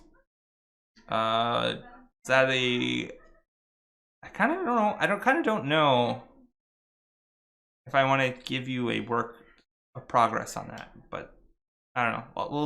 We'll ask someone. We'll ask everyone else. Should he get a work in progress for that? For which? Leaving town fresh, because the first step is to like heal all yourself, and then you have to pay your bills. And he healed all himself. Is that? What does everyone else think? I don't think there's much chance that we're gonna leave town without our bills paid. So. But I'm saying, did you think he made enough progress by staying in the inn and making that one recovery test? I mean, he clearly did work towards it, right? Yeah. Okay. Sure. Yeah. That's fine. Cool. I was a little on the fence, but I think that's fine. You've settled you assuaged my. The other half of it is leaving town fresh. He still has to do that. But... Yeah. Okay. You get the work towards that. Yes. That's it. Just one fate. Corbusier is last. Yeah. Anything worth doing is worth doing in style. I've just been a book nerd, and I watched a good friend of mine get killed, so no, nothing stylish there. Creed, charity is always in style. I don't know if charity could have saved Ardor's life, so no. Goal, successfully map the caves. I have not done that yet. When in town, learned more about time skips, which I think is the only thing that I managed to do successfully, and have opened up some more backstory for my character, which I'm quite hyped for. Okay, cool. Yeah, no, I like that. Yeah, that's definitely a fate for the instinct. Woo! I'm full of fate. I can just start popping them. All right. What's the next level? How many fate do I need? There is the 31. The matter of the three team rewards: the MVP of the session, the team worker of the session, and the humor. The gallows humor. MVP should be the person who made big roll right time to like make the group survive and whatnot. The team worker should have right skill, right time. And Harder like did tests other than the one that Steve did and the one that Tyler did. Yeah. What's that? We'll give Ardor the team worker award and say that there is no MVP this session. I think that's fair. Yeah. That's fine. It was a slow-paced session.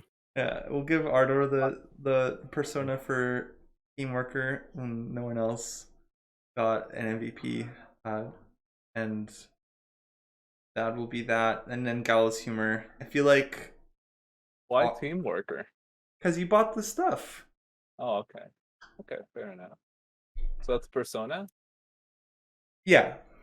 Okay. So I get to transfer one persona.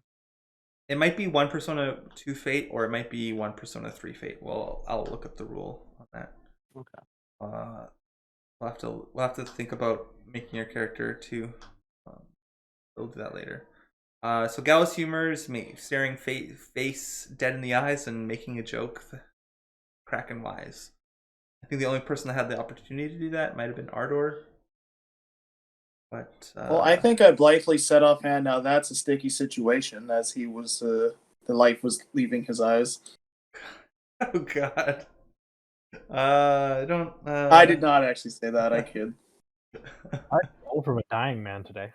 You stole from a dying man? Is that? No, that wasn't a joke. That wasn't. I mean, it's kind of funny. You didn't if even you wait frame it until right. I was dead. I mean, you just things get messy when people die. You want to take these opportunities when you get the chance. People die when they are killed. You all terrible people, but I guess that's what We're Torchbearer. adventurers. It comes with the territory. That's what a Torchbearer is about, being terrible. I'm like a good person, I'd be like hanging around here singing songs and dreaming.